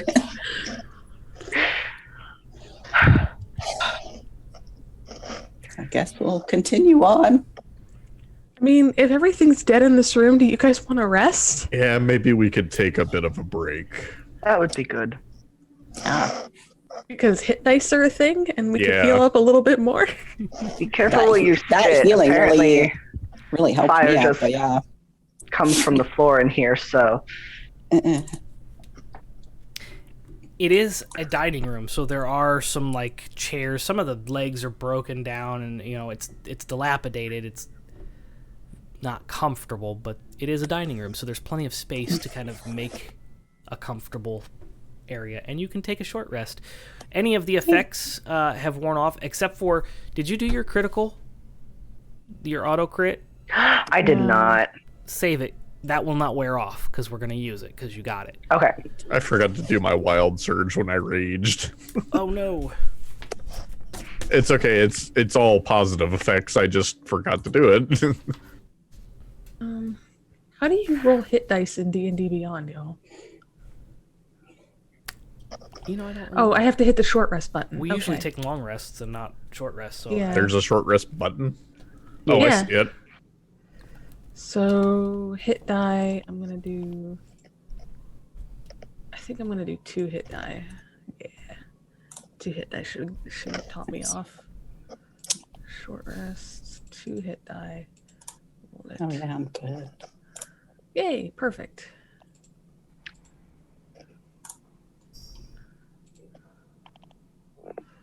Yes. Yay. Short rest, short rest. Okay, I'm going to let you guys RP for just a quick minute while I go get a refill of coffee, and I will be right back Okie dokie. as you take your short rest. I'm gonna play my hand drum very softly, and I'm actually, while he's gone, gonna go get some tea. Maybe we should have just taken another break. Yeah. Maz is just closing his eyes and Taylor is finding a comfortable spot and opening up his tomb to read and go over his book of shadowy stuff. He also pulls out a flask. Marcus is poking at the large Oblix's body with his greatsword. 3. Yeah. Gross. It's so squishy. Dare you to lick it. No. Do not. Absolutely not.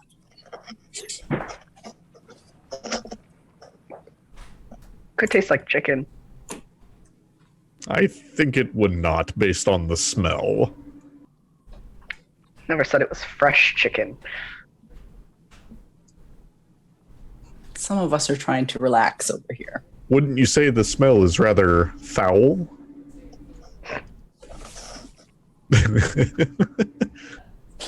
I pick up a piece of rubble and throw it at each of them. Ow!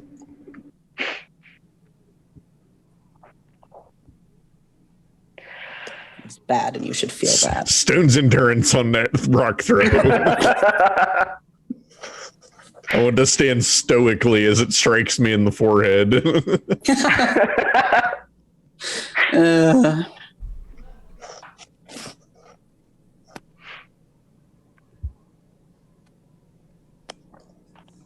It'll be worth it in the end. Yeah, I can only rage 2 more times. It's fine. I'm We're sad. gonna die. We're just going to have to be stuck in here forever, and then we get to scream at people when they open the doors.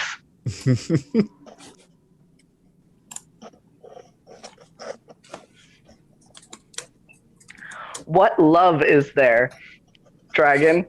There's no love.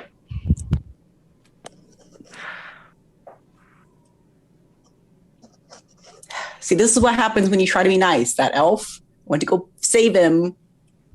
It was a trap. Everything's just a trap. I say we trust There's no love. nothing. Love is a trap.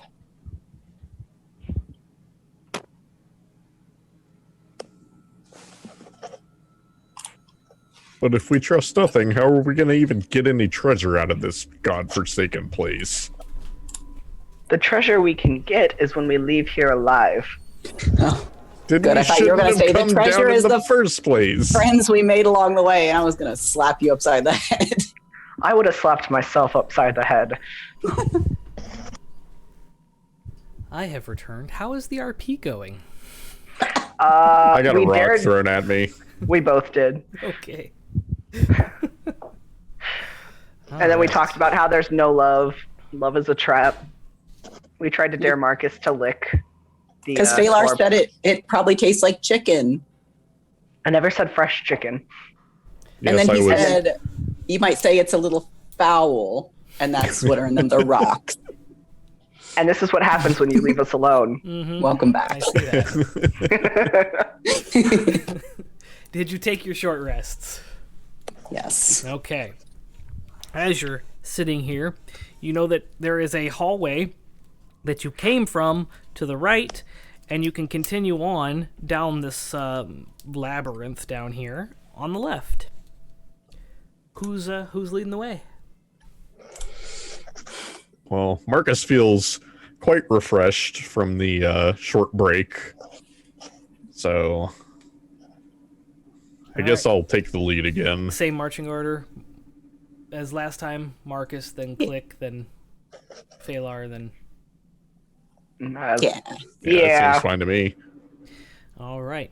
You head down the hallway, and it turns east, and then kind of back trails along the way, and you meet another pile of rubble. Those who do not remember the sword see it for the first time. And those who remember the sword see it again. And those who remember the sword, Marcus and Phalar, you are overwhelmed with a feeling of loneliness as you hear a voice call out in your head, "Help me. Free me. Please." And you all see that sword in the rubble pile with the pommel, familiar pommel. You two seeing it for the first time. Neat sword. Look. I'd like to go check out the hilt and everything. Whoa. Yeah, you see that there is a hilt in front of you. Lies a striking longsword thrust halfway into some rubble on the floor. The pommel of the sword is inset with a grayish-green stone. Inside the gem appears to be a small piece of bone, no larger than the tip of a finger.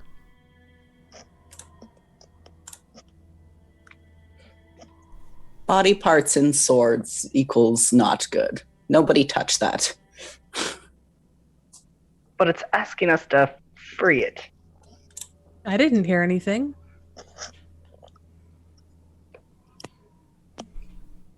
Oh, gremlins. Oh.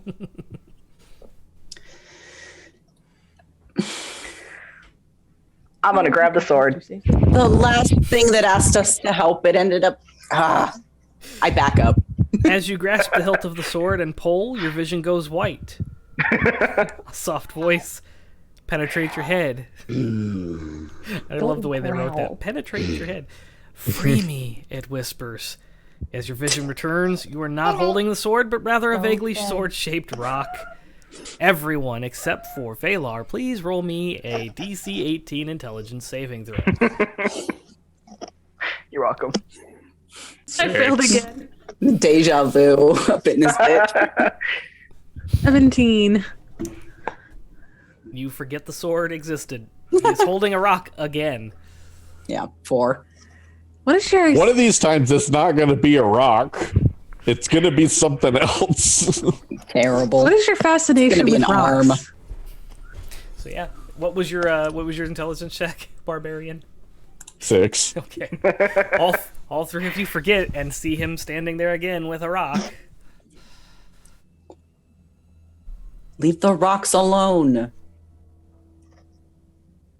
I don't know. It's a very interesting rock. Out of everything we could pick up in this godforsaken place, you are picking up rocks. Look, this rock I don't know. I like it. Come on. Let's go. Drop the rock. I'm not dropping the rock. He's gonna take the rock with him. Okay. As long as it doesn't slow us down. You have a vaguely sword-shaped rock in your hand. You can decide to go left or right at this point. Both left and right seem to have doors that are equal distance apart. So you're standing here, and it goes both left and right for about 30 feet. 30 feet to the left, there's a door. 30 feet to the right, there's a door. No more hallways, just doors. Everything's doors.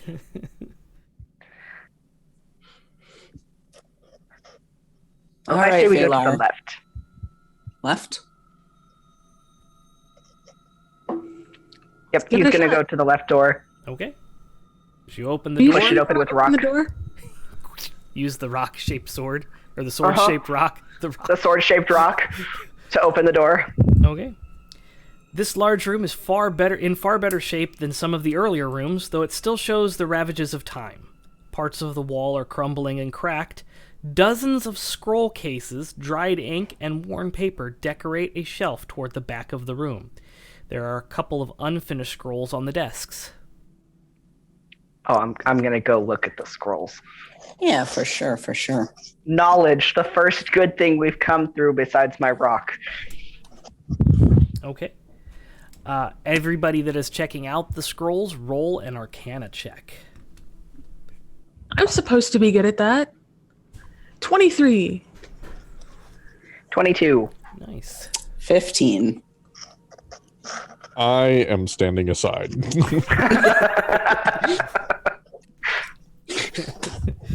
That was beautiful.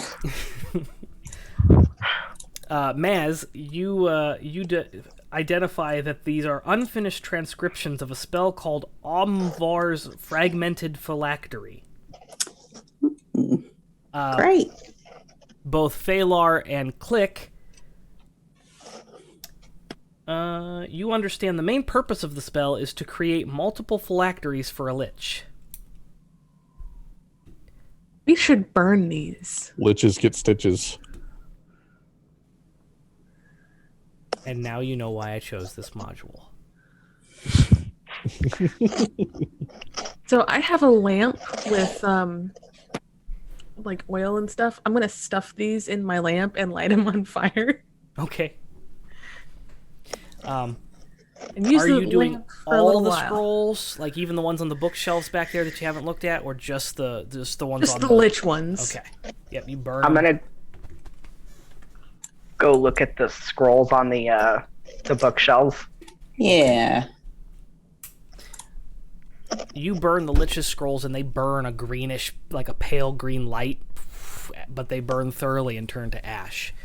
You have saved the world some trouble. I take offense to that.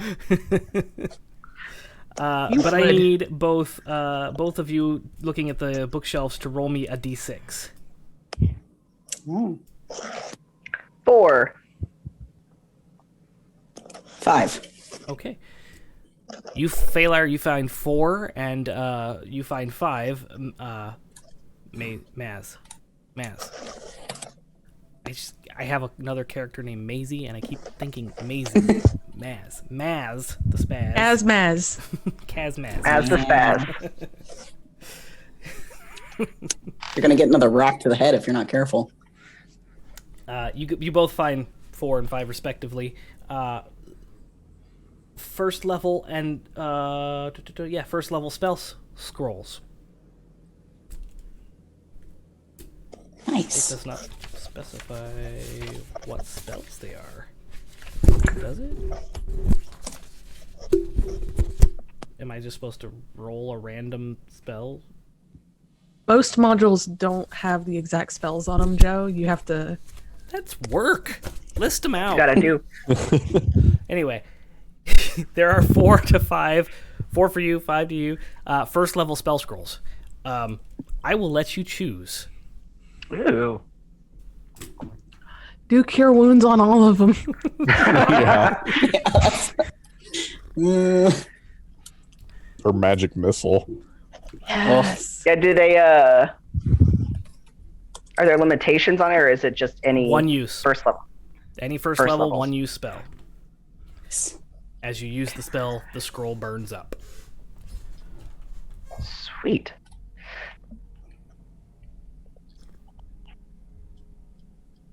One piece of hair keeps falling in front of my eyes. It will not stay. okay. Maz is pretty happy with his findings so far. Yeah. Along the wall of this particular room, known as the Scribe Chamber, because you can see the desks and they were scribing scrolls,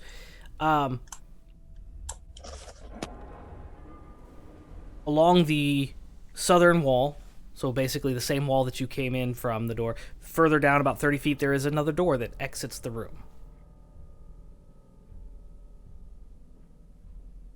So you can go back the way you came, or you can continue on. Can't we just stay in this room? I mean, you absolutely could, if you wanted to. There's But we really found nothing neat else. stuff Yeah, there's in the room. nothing else in this room. Maybe we'll find neat stuff in the next room. All right, fine. Go take his scrolls and his rock and follow them. Okay. Maybe Yeah. we'll find something that doesn't completely bore the barbarian. Well, if he opened his mind a little bit to the readings. That's what he has us for. Just I'm sorry I keep calling you the barbarian. I keep forgetting your character's name. Marcus. Marcus. You'd think I would remember that because it's an easy enough to remember name. Here's a pro tip. Marcus it down. Ugh. That one I will apologize for. Physically. That was forced. Physical reaction. That was too forced.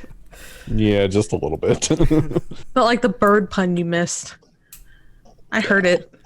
I was making tea, but I heard it. So as you open the door, the hallway splits to the left and right. You can see another door if you go down to the left to another room, and you see another pile of rocks. And again, those who remember will see the sword. Those who don't... Do I still have my rock? You still have your rock with you, yes. Hey, look, a sword. Neat. I'm gonna go touch it. Click as you walk down and you grab the sword, your vision goes white, and you hear in your head, "Free me." As your vision returns to you, you are not holding a sword, but rather a vaguely sword-shaped rock. Everyone else roll me an intelligence check, please. DC 18. That is a natural 20. You remember, and you still remember the sword. 19. 6 again. You remember the sword. You do not remember the sword. Your friend Click is now gathering rocks as well. Another rock. No, that's... I'm gonna break the rock on the ground. It shatters. It was made out of limestone or something. Just kind of shatters along the ground. We leave swords and we leave rocks alone. Eventually, From now we're on. gonna find... Wait a minute, I don't know. Never mind. I just found a cool sword and then it turned into a rock. I don't know. What are Do you- blathering on about now? It was a sword and then it It's a turned into a rock. rock. It turned into a rock. I'm telling you that. It's very obviously was and still is a rock.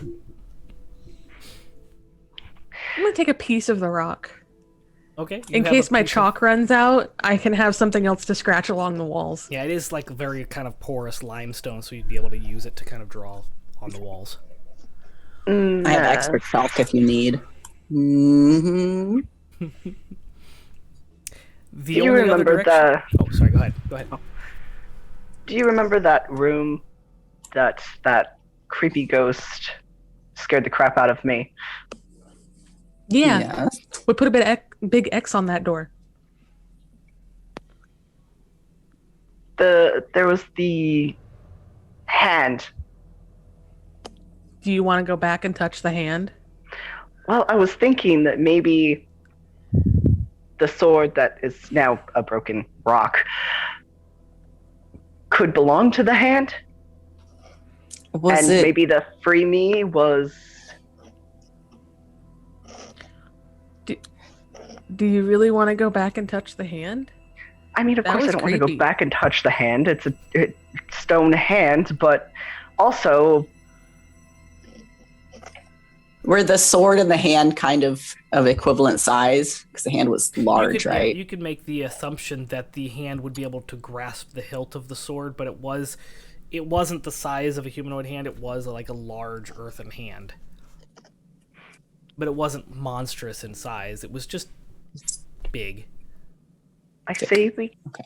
go back and try. You want to do something fun? I have this rock that was eerily similar to your rock, but I think this is just a rock.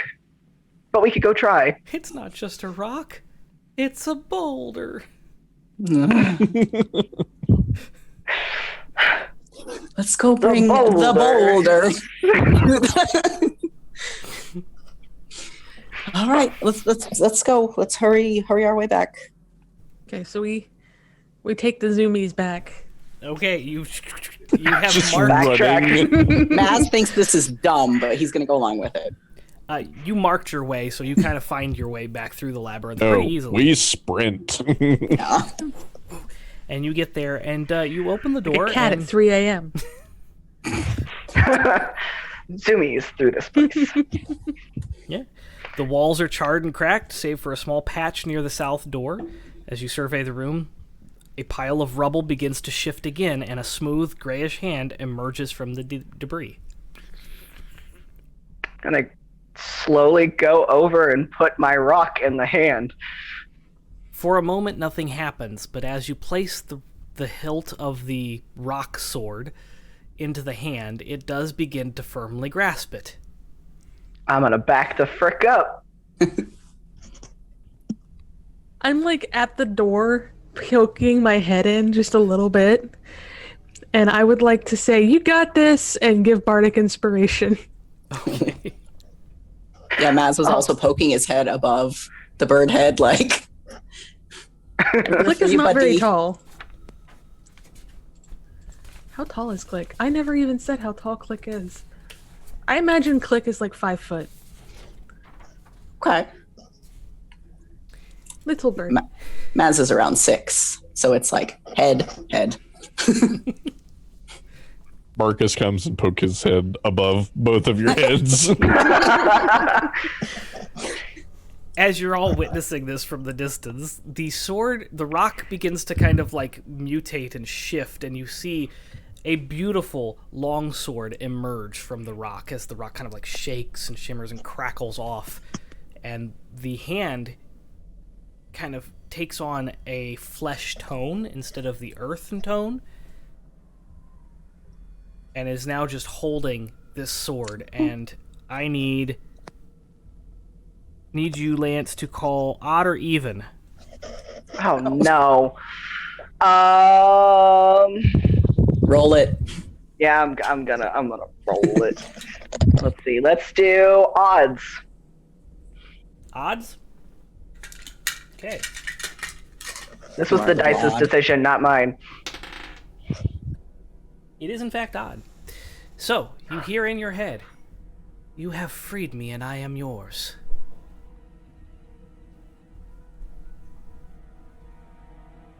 I'm gonna look around, see if I can figure out where that voice came from, and just be like, okay. It is in fact coming from the sword. Gonna slowly approach the sword. Can I take it back from the hand? As you reach out, the hand kind of loosens up and opens and kind of rises up a little bit to present you with the sword. He's gonna take the sword. Guys, look, I'm no longer just a spellcaster. Battle Mage. Do you even know how to use that? I do not. All you need do is point me in the direction that you want me to swing, and I will do the work for you. Oh, I like this sword. My Now name he's is talking to a unpronounceable. sword. But you may call me Bob. Mere mortals cannot pronounce my name. Anybody I will that allow doesn't you to work at call me Wizards Beth. of the Coast. It's like Kuatoa names and Sloop-la-doop. Pretty I'm sure going you to have to. attempt.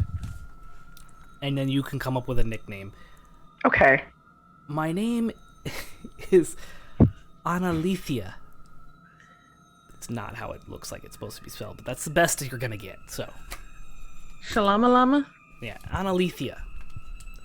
Okay. How about Anna? You can call me whatever you want. You have freed me, and I am yours to wield in battle. Can any of us hear the sword talking? It is Or is- talking. It is not Oh. in the head. It is talking out loud. Okay. There's no mouth. It's not like there's no like mouth on the hilt or anything moving, but you can hear it emanating from the sword. That's cool. Wish it was a little bigger. It's the perfect size. It is not about the size, but how you wield me. You might be going back in the rubble. Let's go. Yes, Sekrain. The sword's name is Tim. Tim. His name is not Tim. Oh God. I'm getting PTSD from you doing that. Oh no. No Tim. All right. Yeah. I've accomplished what I want to do. Okay, and that room has been explored. Again. I got a sword. I'm gonna put a circle around the X on the door, saying it is now a safe room. Okay. Any room that we've discerned as safe has a circle, and if it's not safe, it has an X. Yeah, as you're leaving the room, the stone hand becomes rubble again, kind of falls down, crumbles into the ground, and dissipates. All right. Maybe this place isn't too horrible. It's the first real treasure we've gotten out of here so far. I mean, you found gems. They were just not good gems. No, those gems made me feel weird. Those gems will be valuable if you remove the curse. You have to carry them around to be able to remove the curse. Yes, you would have to take them to... Fucking goddamn it, her name is a bunch of consonants and vowels. That is most words, Joe. That's her name. Consonants and vowels. Her name is Consonant. Yes. You must take it to consonant study. If you take them to consonant study, the curse will be removed. Of course, you will have to make it to the study. There are many dangers down here. Yes, we're quite aware. Oh, have you already cleared this dungeon? No. Working on it. Made it through a couple of rooms. Ah, I congratulations. think we'll start Amazing. heading back towards the dining area Okay. so we can continue on. Yeah, you make it back to the dining room and back into the scribe room, and the only other direction that you haven't went is the door on the left. All Let's right. see what's behind the only door, Bob. As you open the door, you find yourself in a room that is 5, 10, 15, 20 by 20. This room. It's sorry. perfectly square. It is perfectly squared, except for the far left corner. Just a little bit of the thing has kind of crumbled in on itself. Destroyed sigils surround a tarnished teleportation circle in the center of this small room. As you glance around, a shadowy hooded figure wreathed in dark wisps of smoke appears inside the circle, sword drawn. It brandishes the blade, and you catch a glimpse of a pale green gem inset in the hilt. The gem contains a small bone fragment. After a moment, the apparition vanishes. I will tell you that because you've seen this several times and now you have it on your person, it is the sword that you have picked up. Anna, who was the hooded figure? Ah, that was me. Wait, you were the hooded figure or you were the sword? I was the sword. Who was holding you? Ah, that would be consonant. Because I don't know what her fucking name is supposed to be.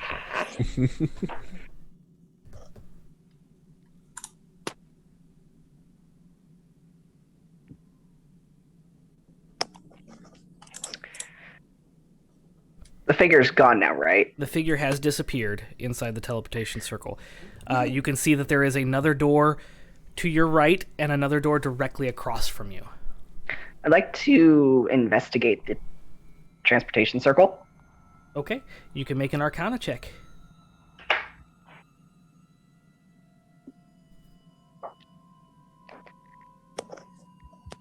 $22. Math is hard. You're playing D&D. My statement stands. What did you roll? I'm sorry. 22. Okay. It looks like a teleportation circle. It looks old and hasn't been used. Some of the sigils look like they may not be active, but it looks like if you were to step in the center, you probably would teleport somewhere. How safe that is, you're not 100% sure. It doesn't look like it's well maintained. In fact, some of the rubble from the far left corner of the room looks like it has fallen and kind of cracked the sigil or the plinth on that corner.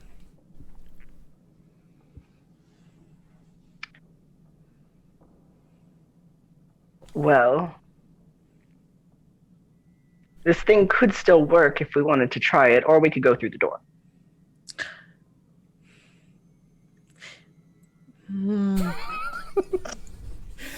I I'm like curious. doors better than this.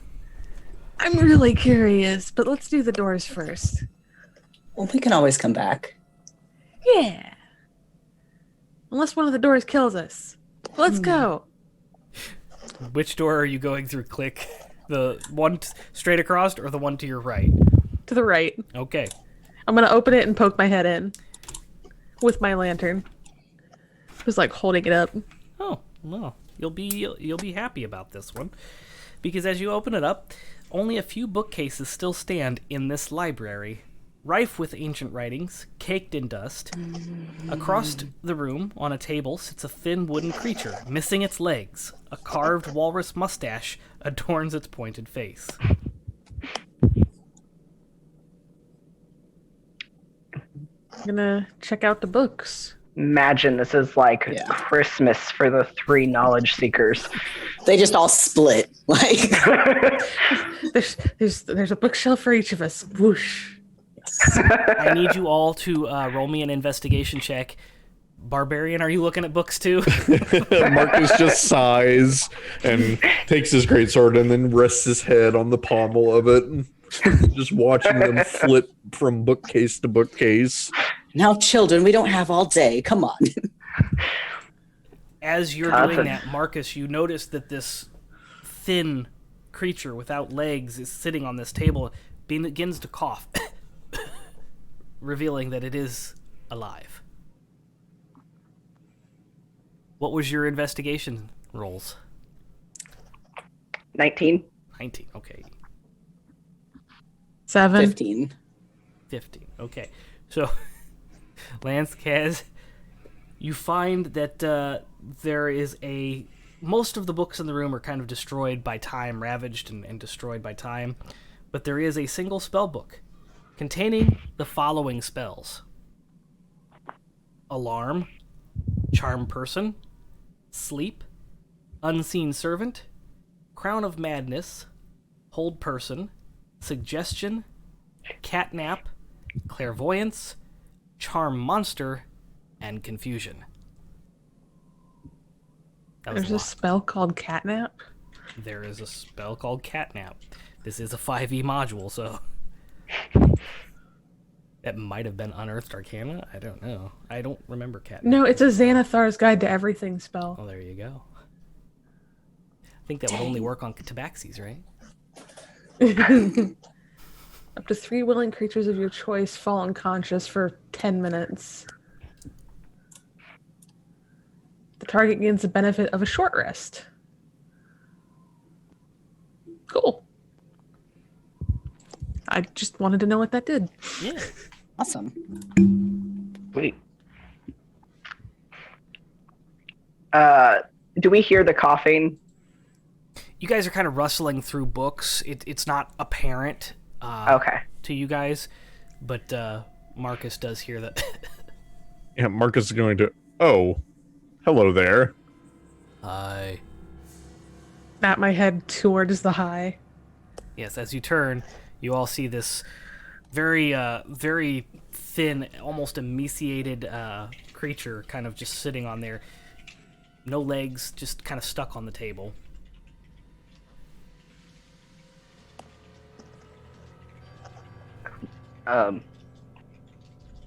Be the keeper of this library. It appears so. I am Sterling. Who might you be? Oh, I- I'm Phalar. Mazriel. Nick. Marcus. The pleasure is mine. Are you all right? I am fine. Although the state of the library leaves me depressed. I have a few lore books you could have to add to your library so it's not so dilapidated. Thank you. This thrills me immensely. Okay, Igor. Does it? Indeed it does. I was tasked with keeping the library in order. Although he kind of looks down at his missing legs, it has been very difficult. Oh. Can I use mending on him? Because he's made out of wood. Would that repair his legs? I don't think so, because mending works on inanimate objects, and this is a sentient creature. You would have to use like a greater restoration. Oh, I don't have The that. one that restores limbs and things like that. Right. I mean, we might have that if we were level 12 instead of level 5. Yeah. And it does say it can't physically repair magic items, so if it counts as a magic item, or it can physically repair a magic item, but it can't restore magic to such an object. So does it count as a magic item or a construct? No, he is a sentient creature. He is a nimble-right. Oh, To be okay. Specific. So, Can I look around and see if I can see his legs anywhere? Maybe they just fell off.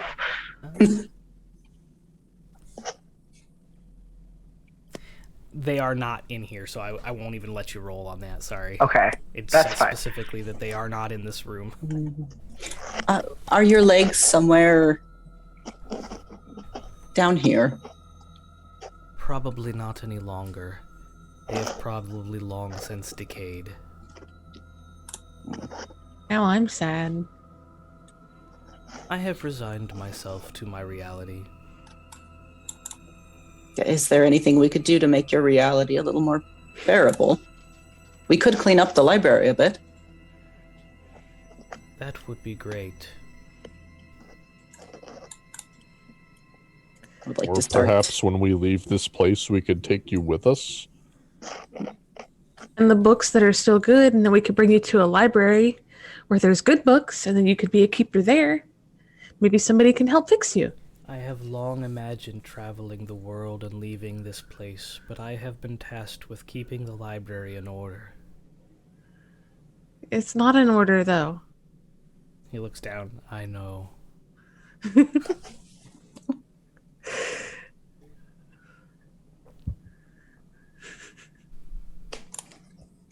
Well, I'm going to help clean up a little bit. Okay. Yeah. I'm gonna press to digitate all the things. Yeah, you clean up. There's not a whole lot that can be done to save. Well, you said you have mending, so you probably could mend these books. Okay, I can mend the books. Yeah, you spend some time kind of mending the books and repairing the spines and kind of bringing them and restoring them back to their previous condition. And the library does, after you spend, it's probably a good hour, 2 hours of time spent in here cleaning, restoring books on the bookshelf. There are quite a few ancient stories and things. These would be collectible items at this point. And as they are restored, you find a lot of lore books down here. Things from hundreds of years ago. You said this is a library, right? Indeed it is. Can I check out some books? Yeah. Of course you can. Great, I will trade you some of the books that I have as collateral for some of these books. Fantastic. Okay, because these are stories I've never read. You see a small smile creep onto his face, The wood begins to kind of creak and contort, and there's a little smirk on his face. Smirk sounds ominous. He's happy. Oh, good. Oh, good. So yeah, I trade some of the more common books of recent lore that I have collected and wrote based on my experiences and stuff, and then I have the ancient lore. Okay. There are 4 or 5 really good books. They're worth 5-6 grand, 5,000-6,000 gold pieces. I'm not selling these. I'm a lore Just- bard. Just saying, that's their gold value. And then there's about 15 books that are probably not worth as much, but as a lore bard, they're quite valuable to you. Ancient stories, epics, sagas. I'm gonna take the 4 of the really, really good ones Okay. and put them in my pack carefully. The rest of the room is cleaned up and taken care of, and this creature is there. There's a door along the... What side is that? As you're standing in the center of the room, looking from where you came, it's to the right, and there's a door behind you.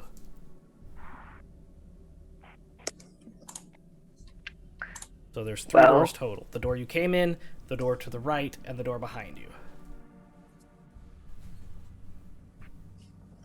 All right, Click, it's your turn. I opened the room to this door. Or the door to this room. Marcus, back to you, buddy. You had to sit here while we played with books. Where would you like to go next?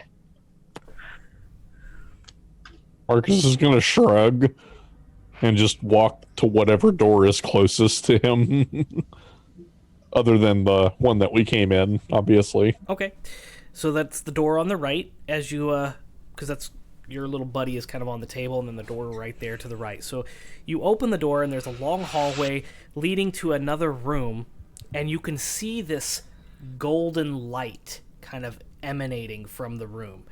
There's like this archway where a door would be, but the door is long since decayed away. You can see kind of remnants of wood on the floor in front of there, and there is this like dim golden glow coming from the room.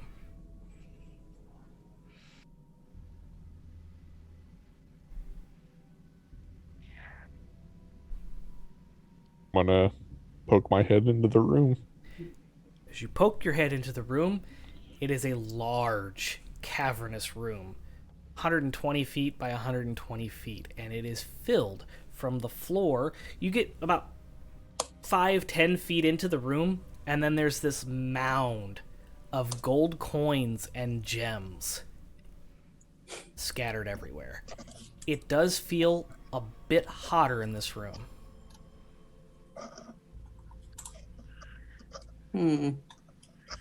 The character in me wants to go check it out. The player in me is afraid.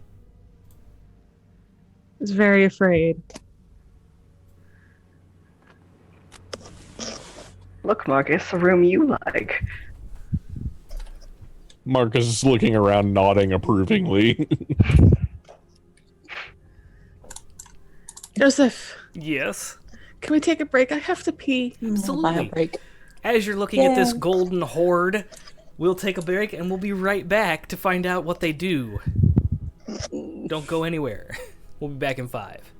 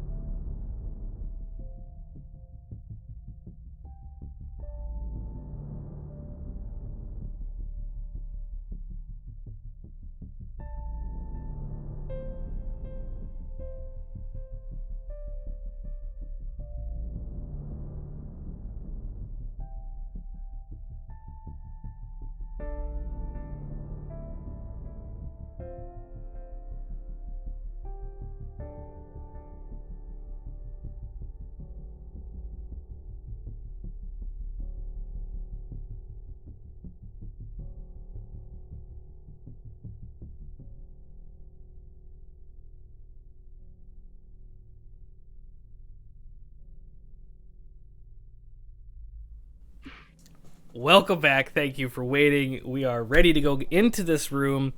You have creeped into and poked your head into a room. You see about 10 feet away from you is this massive hoard of gold gems and items kind of stacked from the ground about 60 feet in the air, kind of on a hilly mound of treasure. It's glittering, and this is definitely where the golden glow is coming from, as there are 2 sconces on the wall, only 2, and they are dimly lit, most of the light coming from the reflection and refraction off the gold and platinum coins.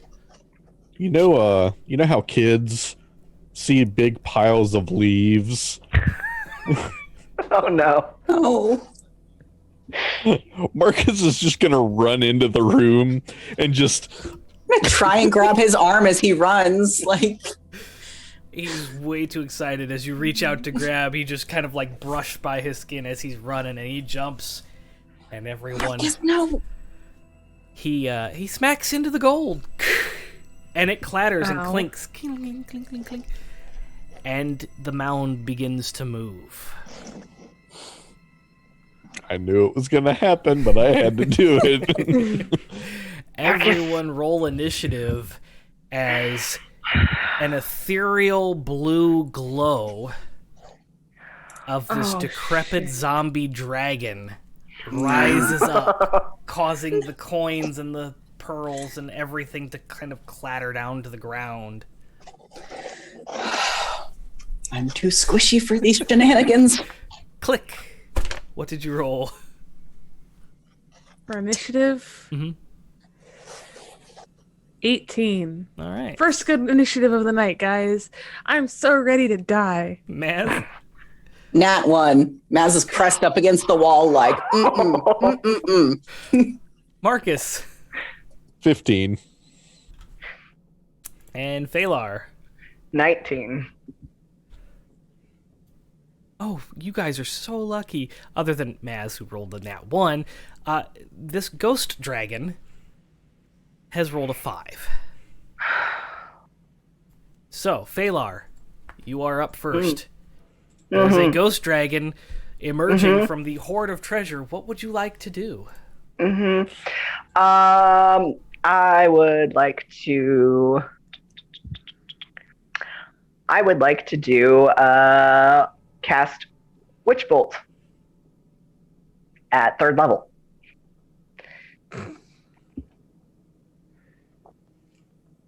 And it's I'm going to use my auto crit. Auto crit. Okay, max damage Auto plus crit. your roll. So that would be, I can do math. 36 plus 17. 36 plus 17. Yeah. The witch bolt erupts from your palm and hits the dragon right in the chest, and you see it kind of spread across the neck of this ghost dragon and kind of, for a moment, kind of solidify the etherealness of the dragon.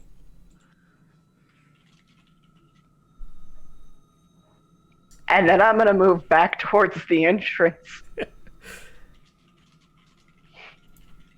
Click. You're up. Can a bird shit their pants still? I think that's a free action. Absolutely. Reaction shit trousers. Yeah, that's gonna have to be a free action, isn't it? I am joking with that. Okay, I'm gonna turn this down because I don't know what the... I'm going to make it a full attempt to do something. If it works, fantastic. It's probably not going to. You know what? No, I'm not even gonna waste my spell slot, come to think of it.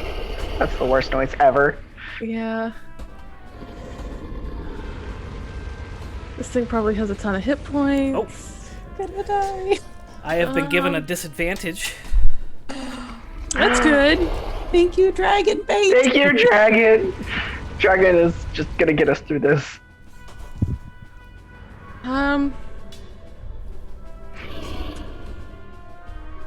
I don't know what to do, guys. I'm set up to be a support healer, and like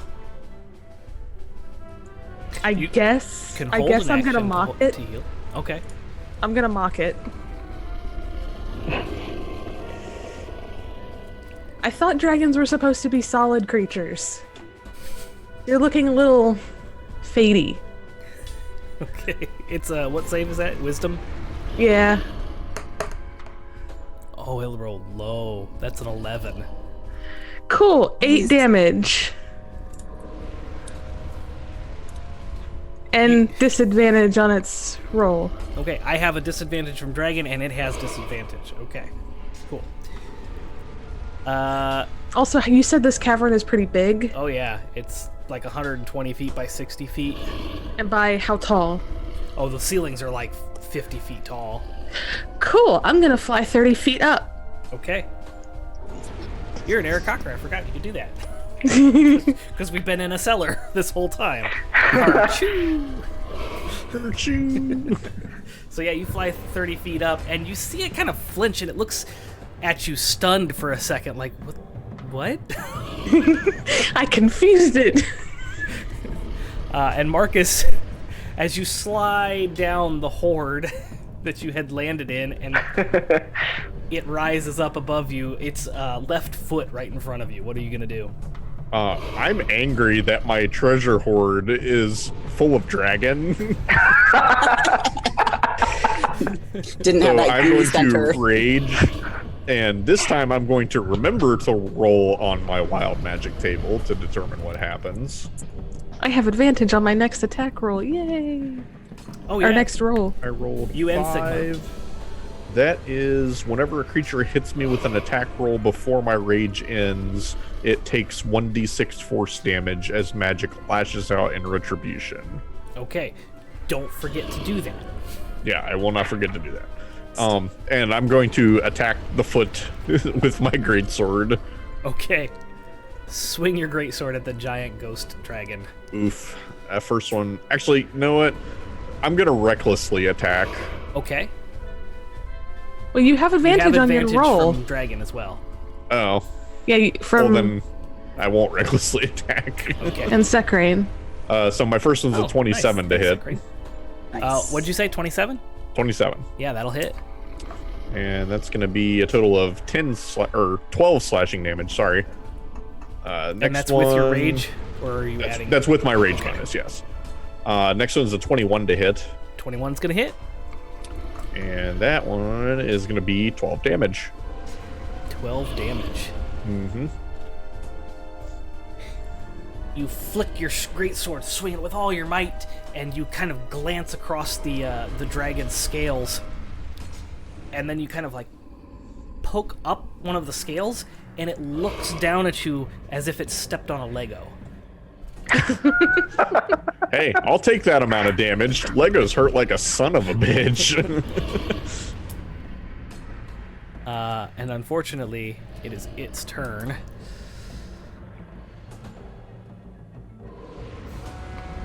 I am not going to do that. I'm just going to use the multi-attack. It's going to try to bite at you. Even that's not... Disadvantage? Yes, with disadvantage, because that's a 21.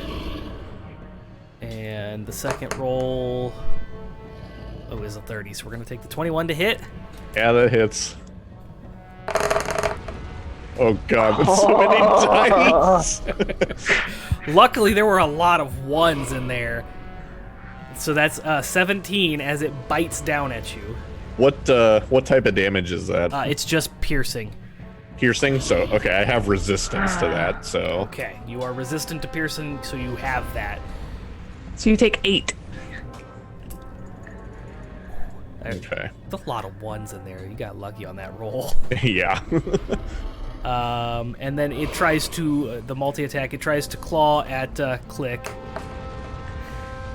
With disadvantage because the DM had disadvantage. Yep. That first roll I'm not probably going to going to be forget roll. this. Ooh, that disadvantage came in clutch. That's a nat 1. Oh, So it tries to Oh, swipe yes. at you, and it kind of catches that scale that was pulled up and kind of peels the scale off.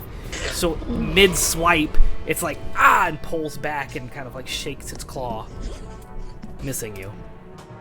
Yay! Maz, you go last, but you don't lose a turn in my nat ones for initiative, so you're up. Okay, can I just my free action plead with the dragon and Draconic? Yeah. I want to say that our friend is a fool and we will leave your gold if you let us go in peace. Okay, I will let your skill action or be a persuasion roll. Okay. The DC on this is 15. Okay. It's possible. Advantage would be awesome, guys. Super. Ooh, how about a 24? Yeah. The dragon kind of settles back into the horde a little bit and seems to pull back its aggressive nature, although its eyes are glaring at you all. Do we see the other door? There is no other door in this room. All right, we're just gonna go. Everybody, we're going to go. Marcus is gonna be like mid-swing, and he's like, Backing up. Phalar, it is your turn. Yeah, no, he's gonna just slowly start backing up towards that exit. Okay. He does have his hand on Anna though, just like, if you try anything, I will send my talking sword after you. Doesn't say that, but he's thinking it. Okay. Click. Backing up.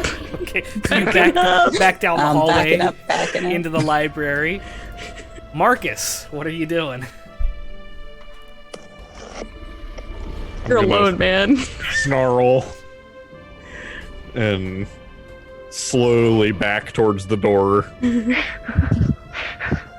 not taking anything? No, I guess not. Okay. He's a smart barbarian. Unlike some other people I know. With dragons and their hordes. You back out of the room into the Slam library. the door. And, yeah, Maz, you back out of the room and slam the door shut. And you are all out of combat. I put the biggest X possible on that door. The whole door. The whole door from corner to corner is this big, huge X. And I'm going to write on it in just an extra. Death. No. I take out my own chalk and start drawing like skulls and crossbones. Like,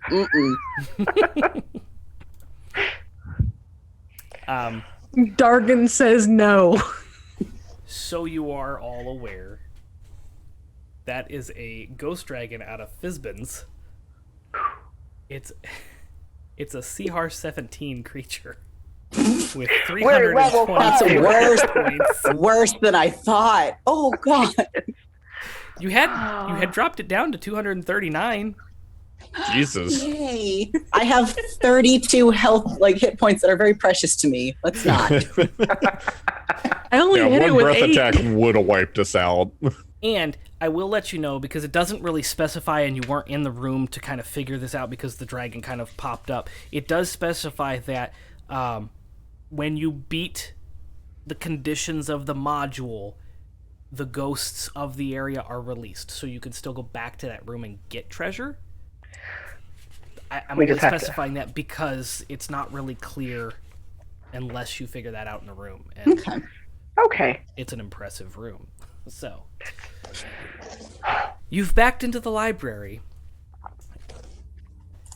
Oh, look at the little dude. You met Why didn't you tell us there was a freaking dragon in there? Pet. You That's very didn't impressive. ask. Yeah, Seriously. he's Good very for you. well behaved. I mean, he didn't Yes. kill us outright, so that's a bonus.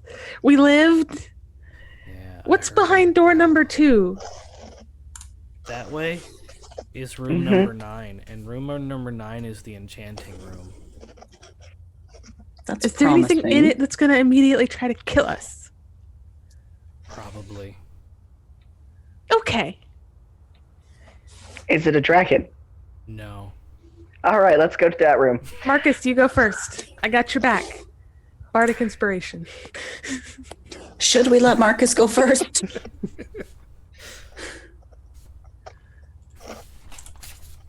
Okay.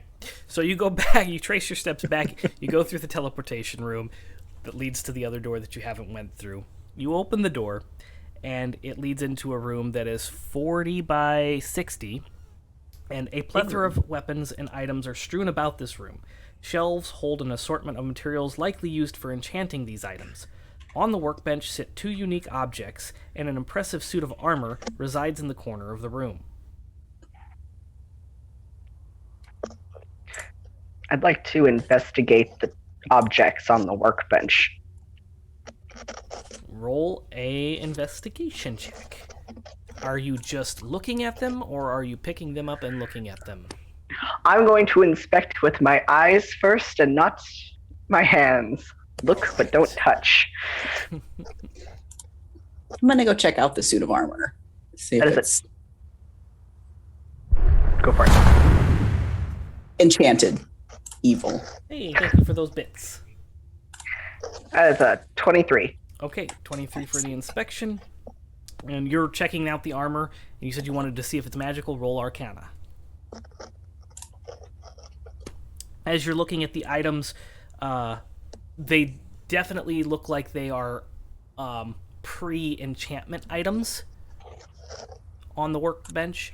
There seems to be several empty vials and some very faintly glowing crystals on the workbench to indicate that these items on the workbench have not yet been enchanted. What was your Arcana roll? I got a 13. The suit of armor is magical, but you can't see the color of the aura enough to kind of determine how powerful the enchantment is or what type of enchantment it is, but it has definitely been enchanted. Probably a while ago, though. In this room, there is a door to the south that continues on. Can any of us even wear a suit of armor like this? Too bulky. Too heavy. No. I leave it alone. You're learning. Who saved us from the dragon? You did, actually. So, yeah. Who's leading the way down the next hall? Marcus again? I'll go first this time. Okay. You go out the southern door, and it leads to a hallway that winds you around several paths before coming to a door that kind of splits. There's 2 doors about 10 feet apart, a left door and a right door. So, like, the hallway kind of opens up into this little area, and there's 2 doors in front of you about 10 feet apart.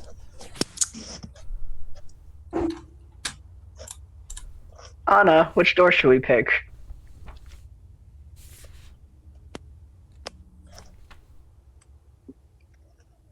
Anna. Oh, that's the sword. Yeah. Oops, that's me. We're bringing you in to participate. Hey! Anna, Hey, wake up! Sorry, I was napping. Yes. How did you nap through? Which door should we pick?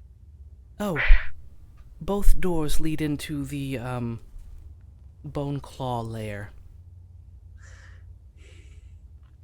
Can we not? Sounds absolutely horrible. If you wish to continue on to what's her fucking name's study, you will need to pass through. Consonant. Consonant study. You will need to pass through the bone claw's lair. I don't want to. But I do want to see what's in this study. maybe we could be very quiet passing through. I can try. We can I'm not- try. My Marcus, bird form's not based on an owl, though. can we try? Marcus. I am a master of stealth.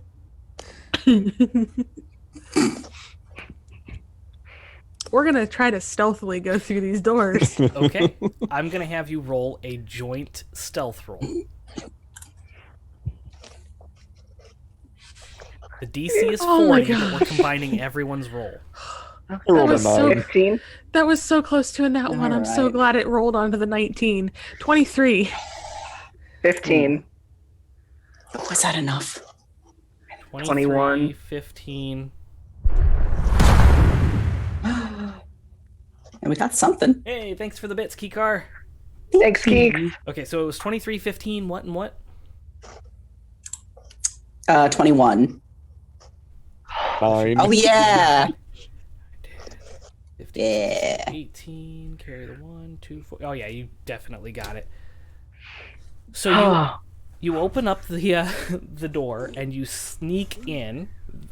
This long room has decorative columns flanking the walls. Lining the floor are various weapons and items that were likely once mounted as decoration.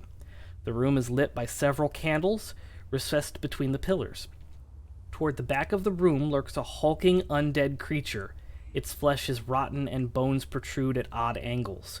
Its proportions seem off, and large claw-like fingers adorn its massive hands. Because you are stealthy, it does not notice you enter, but all the candles flicker. Is there another door? There is a door directly across from where you're at, and other things in the room.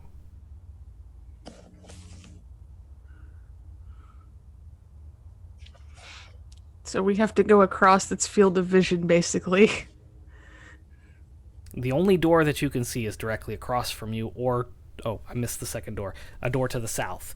But you know that the area that you're in, that door to the south, leads directly to a hallway that probably loops you back into the study pit that you were in, with the hand where you got the sword. Okay. Because you can't visually see the map, so I'm trying to make sure I don't, like... You guys have been very vigilant and marking your paths and everything, so... Thank you, Click. Yeah, thanks. I would love to try and sneak across this room. So you're going straight Yeah. across? Is there like objects we can kind of hide behind as we go? There are several like little protrusions of rocks and columns that you could like sneak between. With your combined roll, you're able to get across the room without it noticing. But as you're opening the door to go into the next room, the sword speaks out. There is a secret door that leads to the study in this room. Where? No, just shh. In the northeast corner. You will have to pass by or defeat the Bone Claw. Let's just try to pass by first. It goes directly to the study. It does. How far is this door? You have made it across the room and you are standing in the doorway to the next room. So it is 5, 10, 15, 20, 25, about 35 feet diagonally across from you.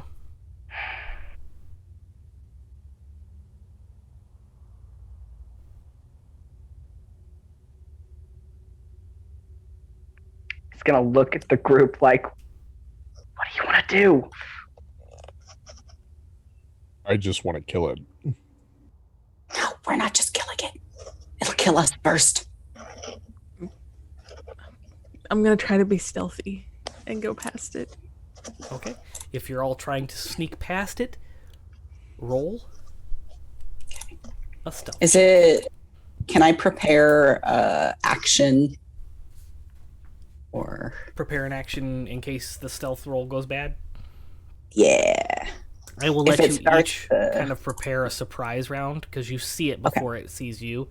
So if you want to prepare an attack, if the sneak fails, then you can do that. Yeah.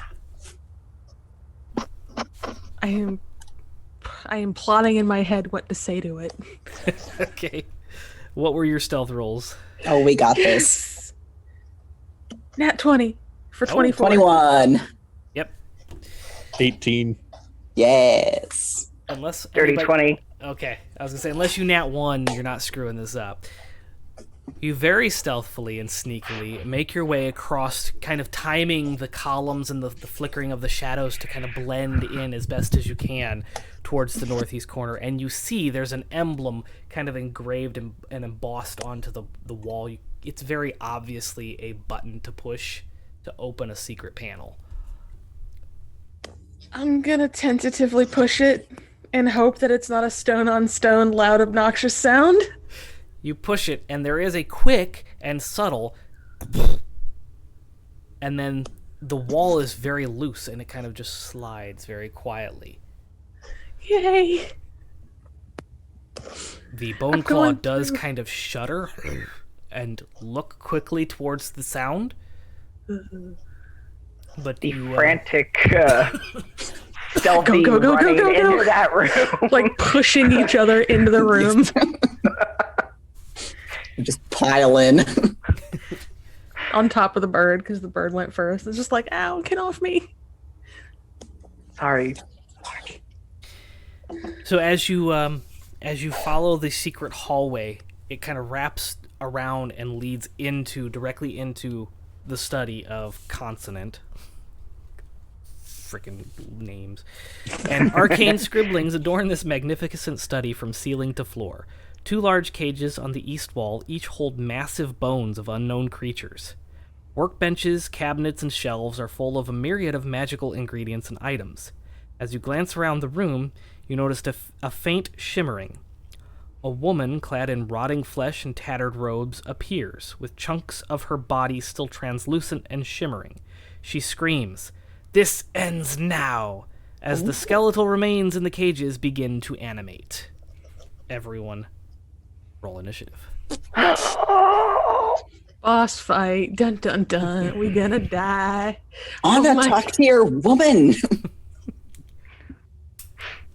She is not my woman. She was my mentor. I was better than her. Oh, don't. Worse, much worse. 18. 13. Kick had a 6. Like had a 6. Okay. Maze, you said what? 13? 18. 18. I was off. Yeah, Who said 13 for Marcus. Marcus had a 13. Okay. And Phalar? Natural 20 for 23. Nice. Ooh. Damn. For the record, the lowest possible initiative I could get is a total of 5. Oh, sweet burb. I am busy with mouth agape, and it just like clicks shut, staring at the person. So that's why I'm gonna go last. Okay. Lucky for you, Phalar is up first, as it rolled pretty low.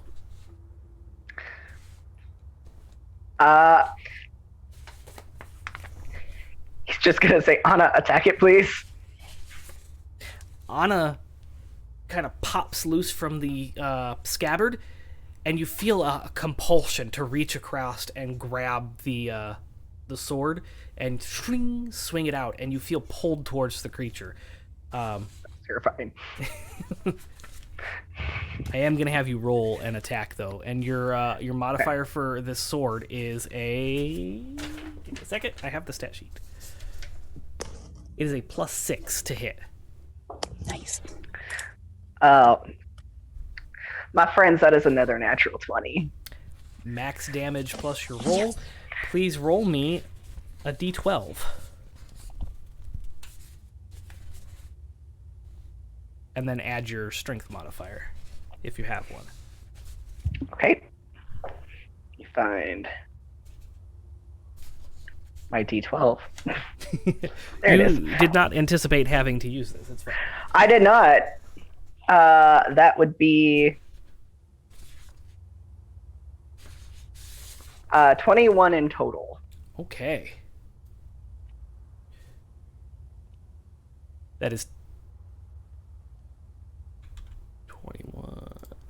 Gotcha. Is that was 2 hit? Uh-huh. Oh, okay. Yeah, that hits. And then you'll roll the d12 plus your strength modifier for damage. Yeah. As Or no, the- it was a nat Oh, nat 20. Okay, sorry. so It was a nat 20. 21 for damage. 21 for the damage. That's your max damage plus your roll. Mm-hmm. Okay, damage is 21. As the sword glows, it rips into the ethereal, glowy part of her, and she screams out in pain. Maz, you're up. Okie I forgot about the dokie. music, sorry.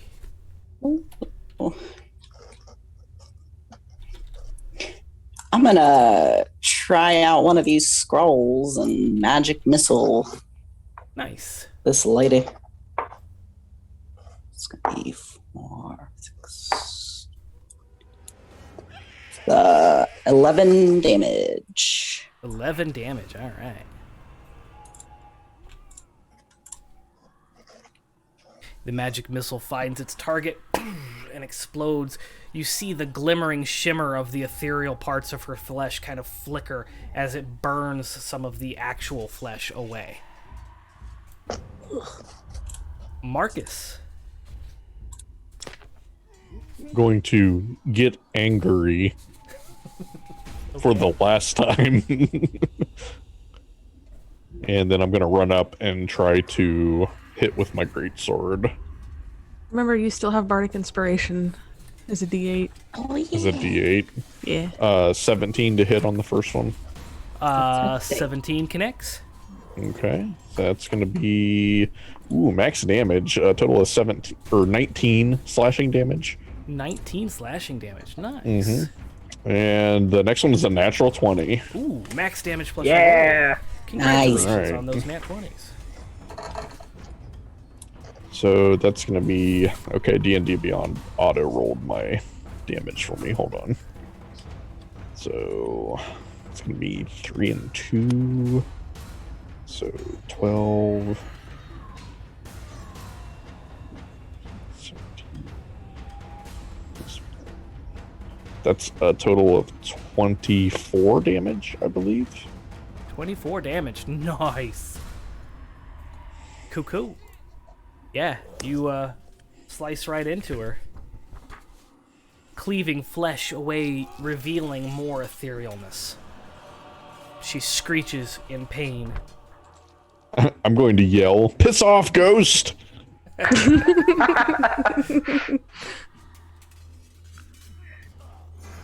Okay.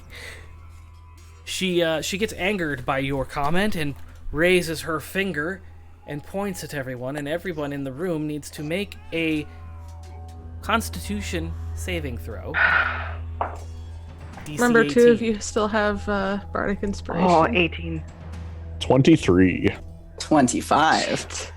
18. That was a nat 20. 7. Okay. No! Everyone but Theta is taking half damage. Oof. 21 necrotic damage. If you pass, you take half of that rounded down. Ouchies. Guys, that Reroll, was half Theta. my health. I'm gonna Stone's Endurance to try and not take that much damage. Okay. Thank you. I'm glad to have advantage on my next roll. You see a kind of black spray kind of come out from her hand as it kind of like cone envelops everyone.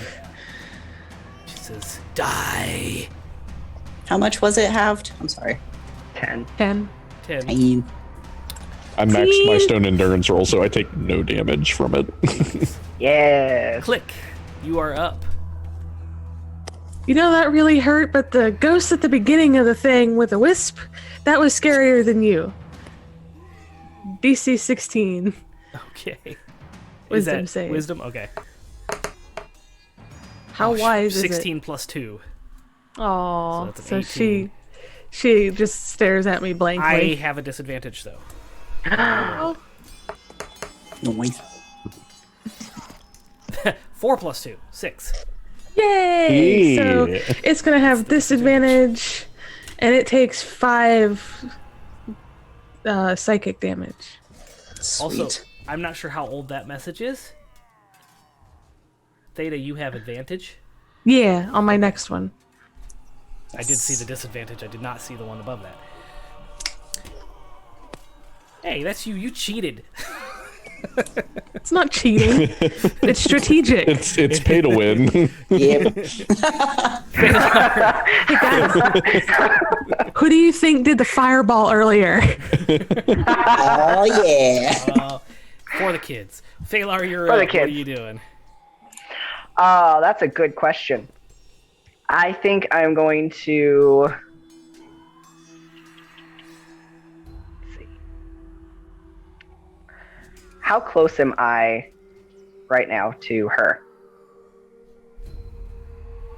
Aren't you in melee range? Yeah, you're in I'm in melee. range. Yep. I'm going to. Sword kind of pulled you towards her. Yeah. Just for fun, I am going to cast Summon Shadow Spawn. Okay, what does that do? I've never heard that one before. You call forth a shadowy spirit. It manifests in an unoccupied space that you can see within range. This corporeal form uses shadow spirit stat blocks, which I have. And you can use the emotion Fury, Despair, or Fear. The creature resembles the misshapen biped marked by the chosen emotion.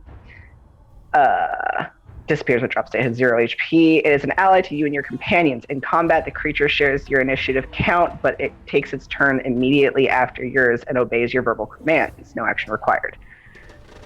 Cool. So I have a friend. All right. Yeah, a shadow kind of grows against the wall and then kind of forms upwards and then solidifies into this bestial form. You see some horns kind of form, and it does kind of slightly have a like a demonic form.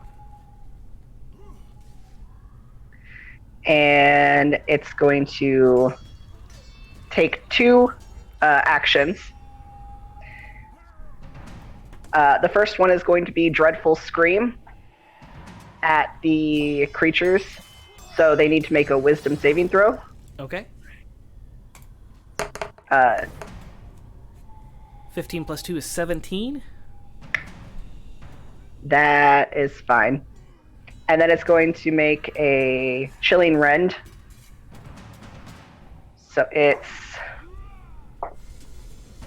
is a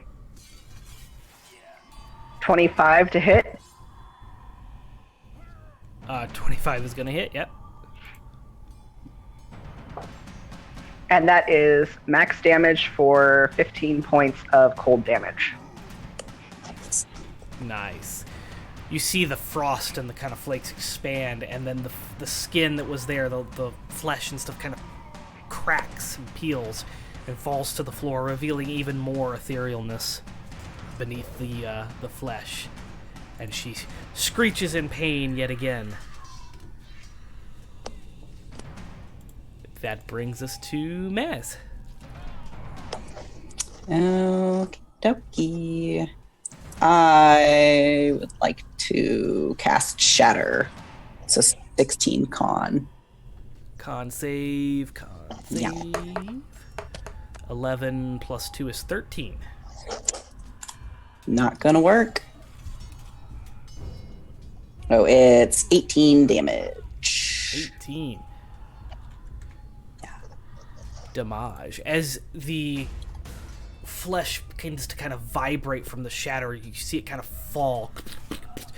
Most of her at this point is ethereal. There's only like maybe a patch on the shoulder and like half her face and maybe her knee that's left at this point. That brings us to Marcus. Just re-die already. And I'm going to swing my greatsword at it. Swing away.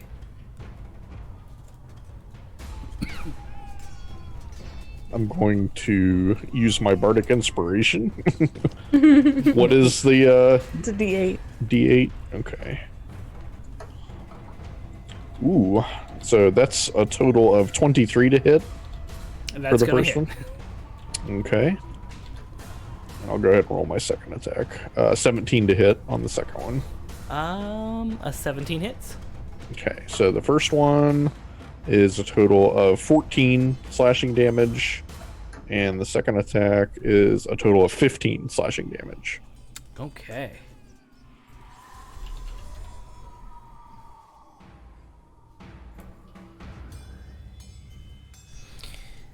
As you deal the final blow to this undead horror, her entire body becomes nearly translucent. Her erratic movements cease, and you can see a smile form on her lips. "Freedom at last," she whispers, before disappearing into a light mist. What happened to the two things that were in the corners that They were are forming? They are still there. They've just kind of like faltered. Okay. But they're not moving. No. Okay. It seems when you have defeated her, whatever magic was in the room collapsed, and they are just skeletons.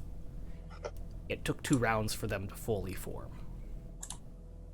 That felt You were her turn, Click's turn, and then they would have been formed. nice. Good job, guys. We Didn't that did feel it. a little too easy? Nah. And then I'm going to check out the magic stuff on the table. Okay. Are we good? We're just so strong. Hit level 5. 5. Okay, yeah, you find quite a few items here.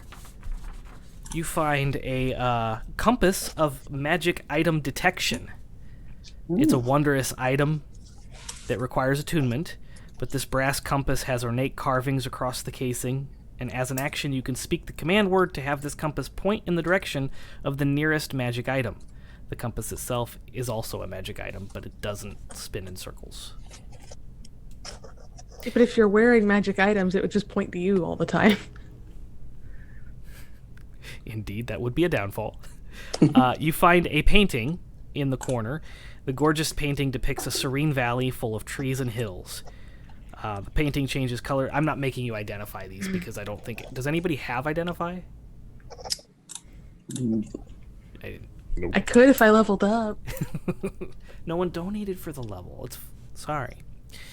The painting changes colors to accurately represent the current time of day. Up 10 willing creatures may step into the painting, bringing any gear they are wearing or carrying.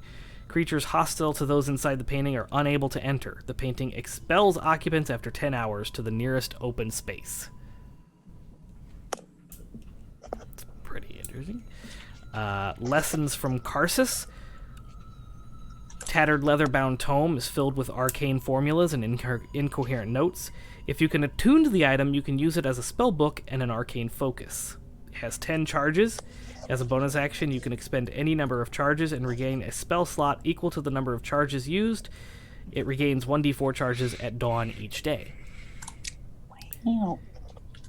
You find a longbow of explosions, That sounds useful. a weapon of lesser chaos, and a weapon of greater chaos.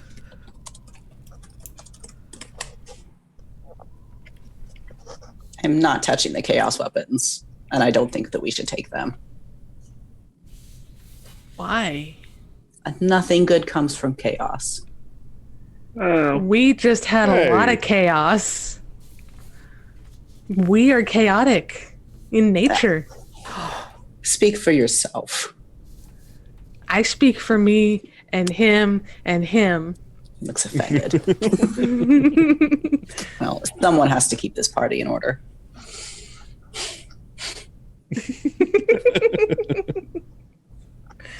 I'm taking the weapons of chaos. No. You grab the weapons of chaos. I'm gonna take the tome. Okay. Tome. Yeah. My warlock might be mad that I have another tome, but you know, whatever. It's fine. So you gather up all these amazing items, these wondrous items, and you head out of the study, back into the secret door where the bone claw was. Carefully, is it still there? As you slowly open the door and peek through, you see a pile of flesh and bone collapsed on the ground where it once stood. I kind of want to poke it. What is with you and Marcus poking the flesh of things? Just want to see what happens. With a stick from like wait, 5 feet away. I'm going to use my wait until the rest greatsword. of us go through the door, and then you may. I'm poke already away. poking at it with my Ah. greatsword. As you poke at the flesh, your sword, the tip of your sword does kind of penetrate through and it does not react. It appears Blech. to be completely dead. So I'll what take else one of is it. dead from in here?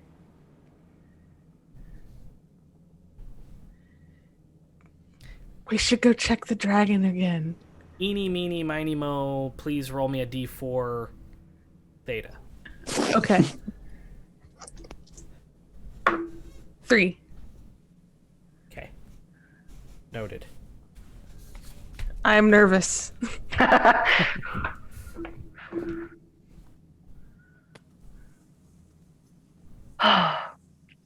Gonna make my way out of this room.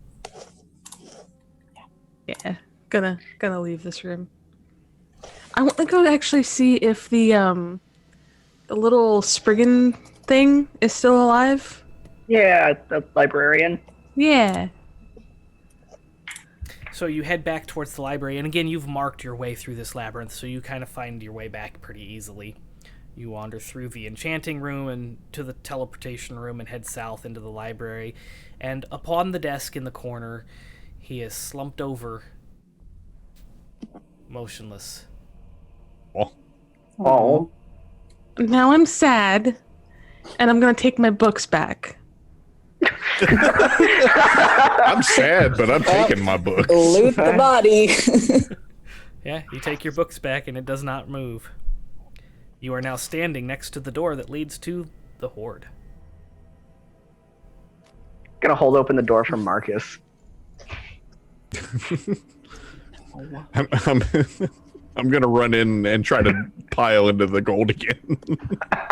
The Horde seems a bit smaller, but it's still there, and as you jump in, you do kind of sink into the coins, and they clatter, and as you're kind of rifling through, something soft kind of falls down and poof, taps onto your head. I'm going to look up, alarmed. As you look up, you see a cloth bag that is purple, deep purple, and has an eye that opens up.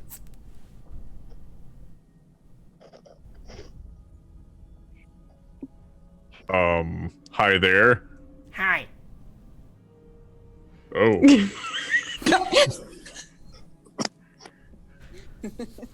It what? talks. What's your name? Everybody can hear this as it says, I am Oogway. A magical bag of holding with wisdom. Please, fill me, I am hungry. Is this a bag of holding or a bag of devouring? You don't know? Let's see. I really don't know what it is, so I'm gonna grab some of the coins and drop them in the bag. I'm going to roll my vast repository of arcane knowledge and roll Arcana to determine what this is. Okay. Ooh, I rolled a 16. It does appear to be a bag of holding, but it has a magical eye that kind of like can look around, and the voice is same thing as the sword. It seems to be emanating from the object, but there's no mouth movement. Definitely a magic item. Phalar is not as surprised as he should be with the talking bag. He's had a talking sword on his hip half this time. I can hold all this stuff. Put it in me. That's a little creepy. I'm just gonna start like shoveling gold towards it. Shove gold into the bag. As you're shoveling, the Horde into the bag, it seems to kind of disappear into this void that like when you open it up, there's this black hole of nothingness inside the bag, and they just kind of like fill into this and just this never ending. It doesn't seem to get any heavier, and it doesn't seem to like fill or widen. But he seems to be appreciative as he's like making the sounds of munching and eating.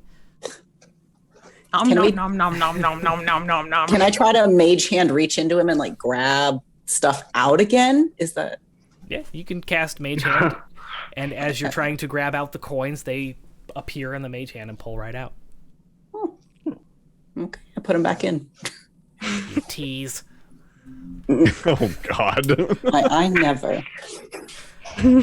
As this is happening, you get about halfway through the hoard. You get sapphires, rubies, all manner of gems, probably at least 1,000 gold coins and probably 500 or 600 platinum coins, emeralds, sapphires, like I said, all kinds of gems. There's a vast hoard here as you're piling things in. There's actually a couple magic items as well that you're stuffing in, none of them sharp. A low rumble hums throughout the cellar. Tremors begin, and bits of the walls and ceilings start to crumble. You now have 3 minutes to escape the dungeon before the cellar and the stairs leading out crumble and collapse in on themselves. Oh no. Teleportation circle, guys. Let's try it. Oh God. Do we have time to try it? This It is might what get us kills out of here. Anna, is this the way out? I mean, would we know with where we are in relation to the entrance, would we know whether or not we have time to get to the entrance? Yes, you do have time to get to the entrance from where you're at. You have Okay. kept If really I good know track that, Segue. of where you're if I at. know that, then we'll do that. Yeah. Let's not we'll run risk for the getting horribly entrance. mangled by. We're gonna go do the zoomies again. And, Okay, so you book it. You scoop up the rest of that as much as you can. You throw that bag of holding over your shoulder, and you book it through the library and through the Scribe Chamber and back to the through the dining room, back up to the spiral staircase. And ascending the spiraling stairs that led you into this labyrinth, you finally see the safety of the sky. As you find yourself on the grass outside of the staircase, the rumbling gets stronger, and you watch as the floating stairs drop one by one into the darkness below. The shaft fills with dirt and rubble, making re-entry impossible. Congratulations. You have successfully completed this module. we feel like didn't we skipped die. a bunch of things. Level We probably did. 5. I also feel like Joe is nice to us. I feel like Joe was very nice to us. Instead of making the dragon go, just blah. There were some things I had to pull back a little bit because it would have just outright killed you because you weren't level 12, and that's my fault. But I think we just did pretty because a good, dragon too. has a breath attack doesn't mean it has to use it. You guys did very well, and the advantage and disadvantage helped out. The donation of that fireball saved your ass. Because that elder obelisk Oh, would have Blix. decimated you, and that Obelix fireball and killed it Blix. in one shot. So that was very, very good. So yeah. And We raised money for the kids. We did. Thank you very Yeah. much for your donations tonight. That actually puts the team up to $19,695 for the kids of My Riley God. Children's Hospital. Our Oh, goal is to reach amazing. 25,000 this year. I would be very happy if by the end of December we hit 20,000. That's not that much. We're not that far away from that. So we will do another one shot in November. We will do another one shot in December. And then we still have an episode of Neverwinter and some other things that might be happening that you can donate to effect. So keep your eye out. Join the Discord. Watch our socials for announcements on that. Thank you so much, guys, for playing tonight. I know I said until like midnight, but I ain't we're gonna just do that cool. We're that good. We skipped So- some combat that would have You taken up a know, lot of that's- time. Good and life. Yeah, you guys It did is good fantastic, life. and everybody helped you out in chat, so that was great. That was amazing. Thank you guys so much for all those advantages. We needed it so bad. Yes. And disadvantages to Joe. For Joe. Yeah. He needed those so bad. It was very fun. I will definitely be leaving a review for this module in case anybody wants to play it. It is called Shit, I closed the thing. I don't know. I printed out the pages so I could look at it, and then I don't have the cover sheet. Something about the stair, the something stairs or something like that. House of Taeros, the stairs. I don't remember. I will link it in the description of the YouTube. You can buy it on DM's Guild. It's a fabulous module. It's very really well good. laid out, and the maps are very helpful. So definitely recommend you check out this spoopy dungeon encounter. And you can plop this in any campaign, I think. It's well written, and you can plop it in any location. So... and a lot of different levels. We survived at level 5. It is 4 to 5 level 12s. Not 4, 5, or level 12. So, but they did survive. So yeah, there's a thing. Definitely recommend you check it out. Thank you so much for playing with us tonight. Thank you so much for joining us and hanging out with us tonight. I'm going to let everybody kind of reintroduce themselves as we say goodbye. Promote anything you want to promote. We'll go backwards this time. So, Sigma. Yeah, I'm Sigma with the Nerd Asylum. I play in Hoarding Around as Zenrik, and me and Theta also do couples therapy pretty much every weekend that isn't this weekend. Today was a special couples therapy with multiple couples. So double date therapy. Yeah, double date therapy. So thanks to Kaz and Lance for joining couples therapy tonight. Thanks for having us. Thanks. It was super fun. We didn't die. It's always fun. Still in shock. I'm Theta, and I do Hoarding Around and the Xanathar and couples therapy with Sigma. And I'm part of the Nerd Asylum, and you should check us out if you haven't already. All right. And Lance. Again, I'm Lance. I'm the DM for 20-Sided Adventures. You can find us at 20SA Podcast on any of the social medias or join our Discord. I also play in the Xanathar and another live stream, Anthropocene, an Alter Carbon story that you can check out and also alter the gameplay with donations. So. Yeah. And Kaz. And I'm Kaz again. I'm also in 20-Sided Adventures and with the Nerd Asylum. I also play in Anthropocene along with Joseph, who is, and it's a GM'd story told by our very own Dragonbait. Storyteller, yep. And Nerd Asylum by Night, which is on Mondays, which is a Vampire the Masquerade story. So that one's fun as well. And that one's coming up this next Monday. Yeah. That'll be fun. We have a special guest this Monday. I think it's been announced. Yep. Okay. Good. Yes. I thought I almost spoiled something. Okay. Yes, we have a special guest appearing this week, so you'll want to tune in this Monday, 9 p.m. Eastern Time, for our special guest episode of Vampire the Masquerade. I'm Joseph Timmis. We do a lot of stuff. The main thing I want to promote tonight is our Kickstarter for Dralicon kicks off January 1st. Check out Kickstarter.com, search up Dralicon or the Nerd Asylum, either one, and it'll pull up there. You're going to want to follow the Kickstarter because we're going to have exclusive, very good deals for the first 24 hours after launch that'll give you weekend badges for an extreme discount, sponsorship opportunities, all kinds of things like that. So, and I believe we're working on getting some add-ons situated for that as well. So you'll want to drop a follow on that. It's a little green button that says follow this. It's not committing anything. You're not pledging at that stage. You're just basically signing up for an email alert so that when we go live, you're notified of that. So help us out by building up that email list. And we launch on January 1st. And the convention is being hosted in Fort Wayne, Indiana on July 15th, 16th, and 17th. So it's a tabletop gaming convention, nerd, hobby, pop culture kind of thing. We'll have a game library so you can try out different board games and card games. We got all kinds of vendors, D&D, live shows, panels. It'll be a great time. You won't want to miss it. So, yeah, that'll be it for us tonight. So we'll see you. What is today? Do we have Pokemon tomorrow? Sunday? No. we do not have Pokemon tomorrow. That's next Sunday. We have a special thrilling Thursday. We're going to play some scary games tomorrow night, late in the night. So join us tomorrow night. We'll see you next time. Until then, stay nerdy, friends. Bye.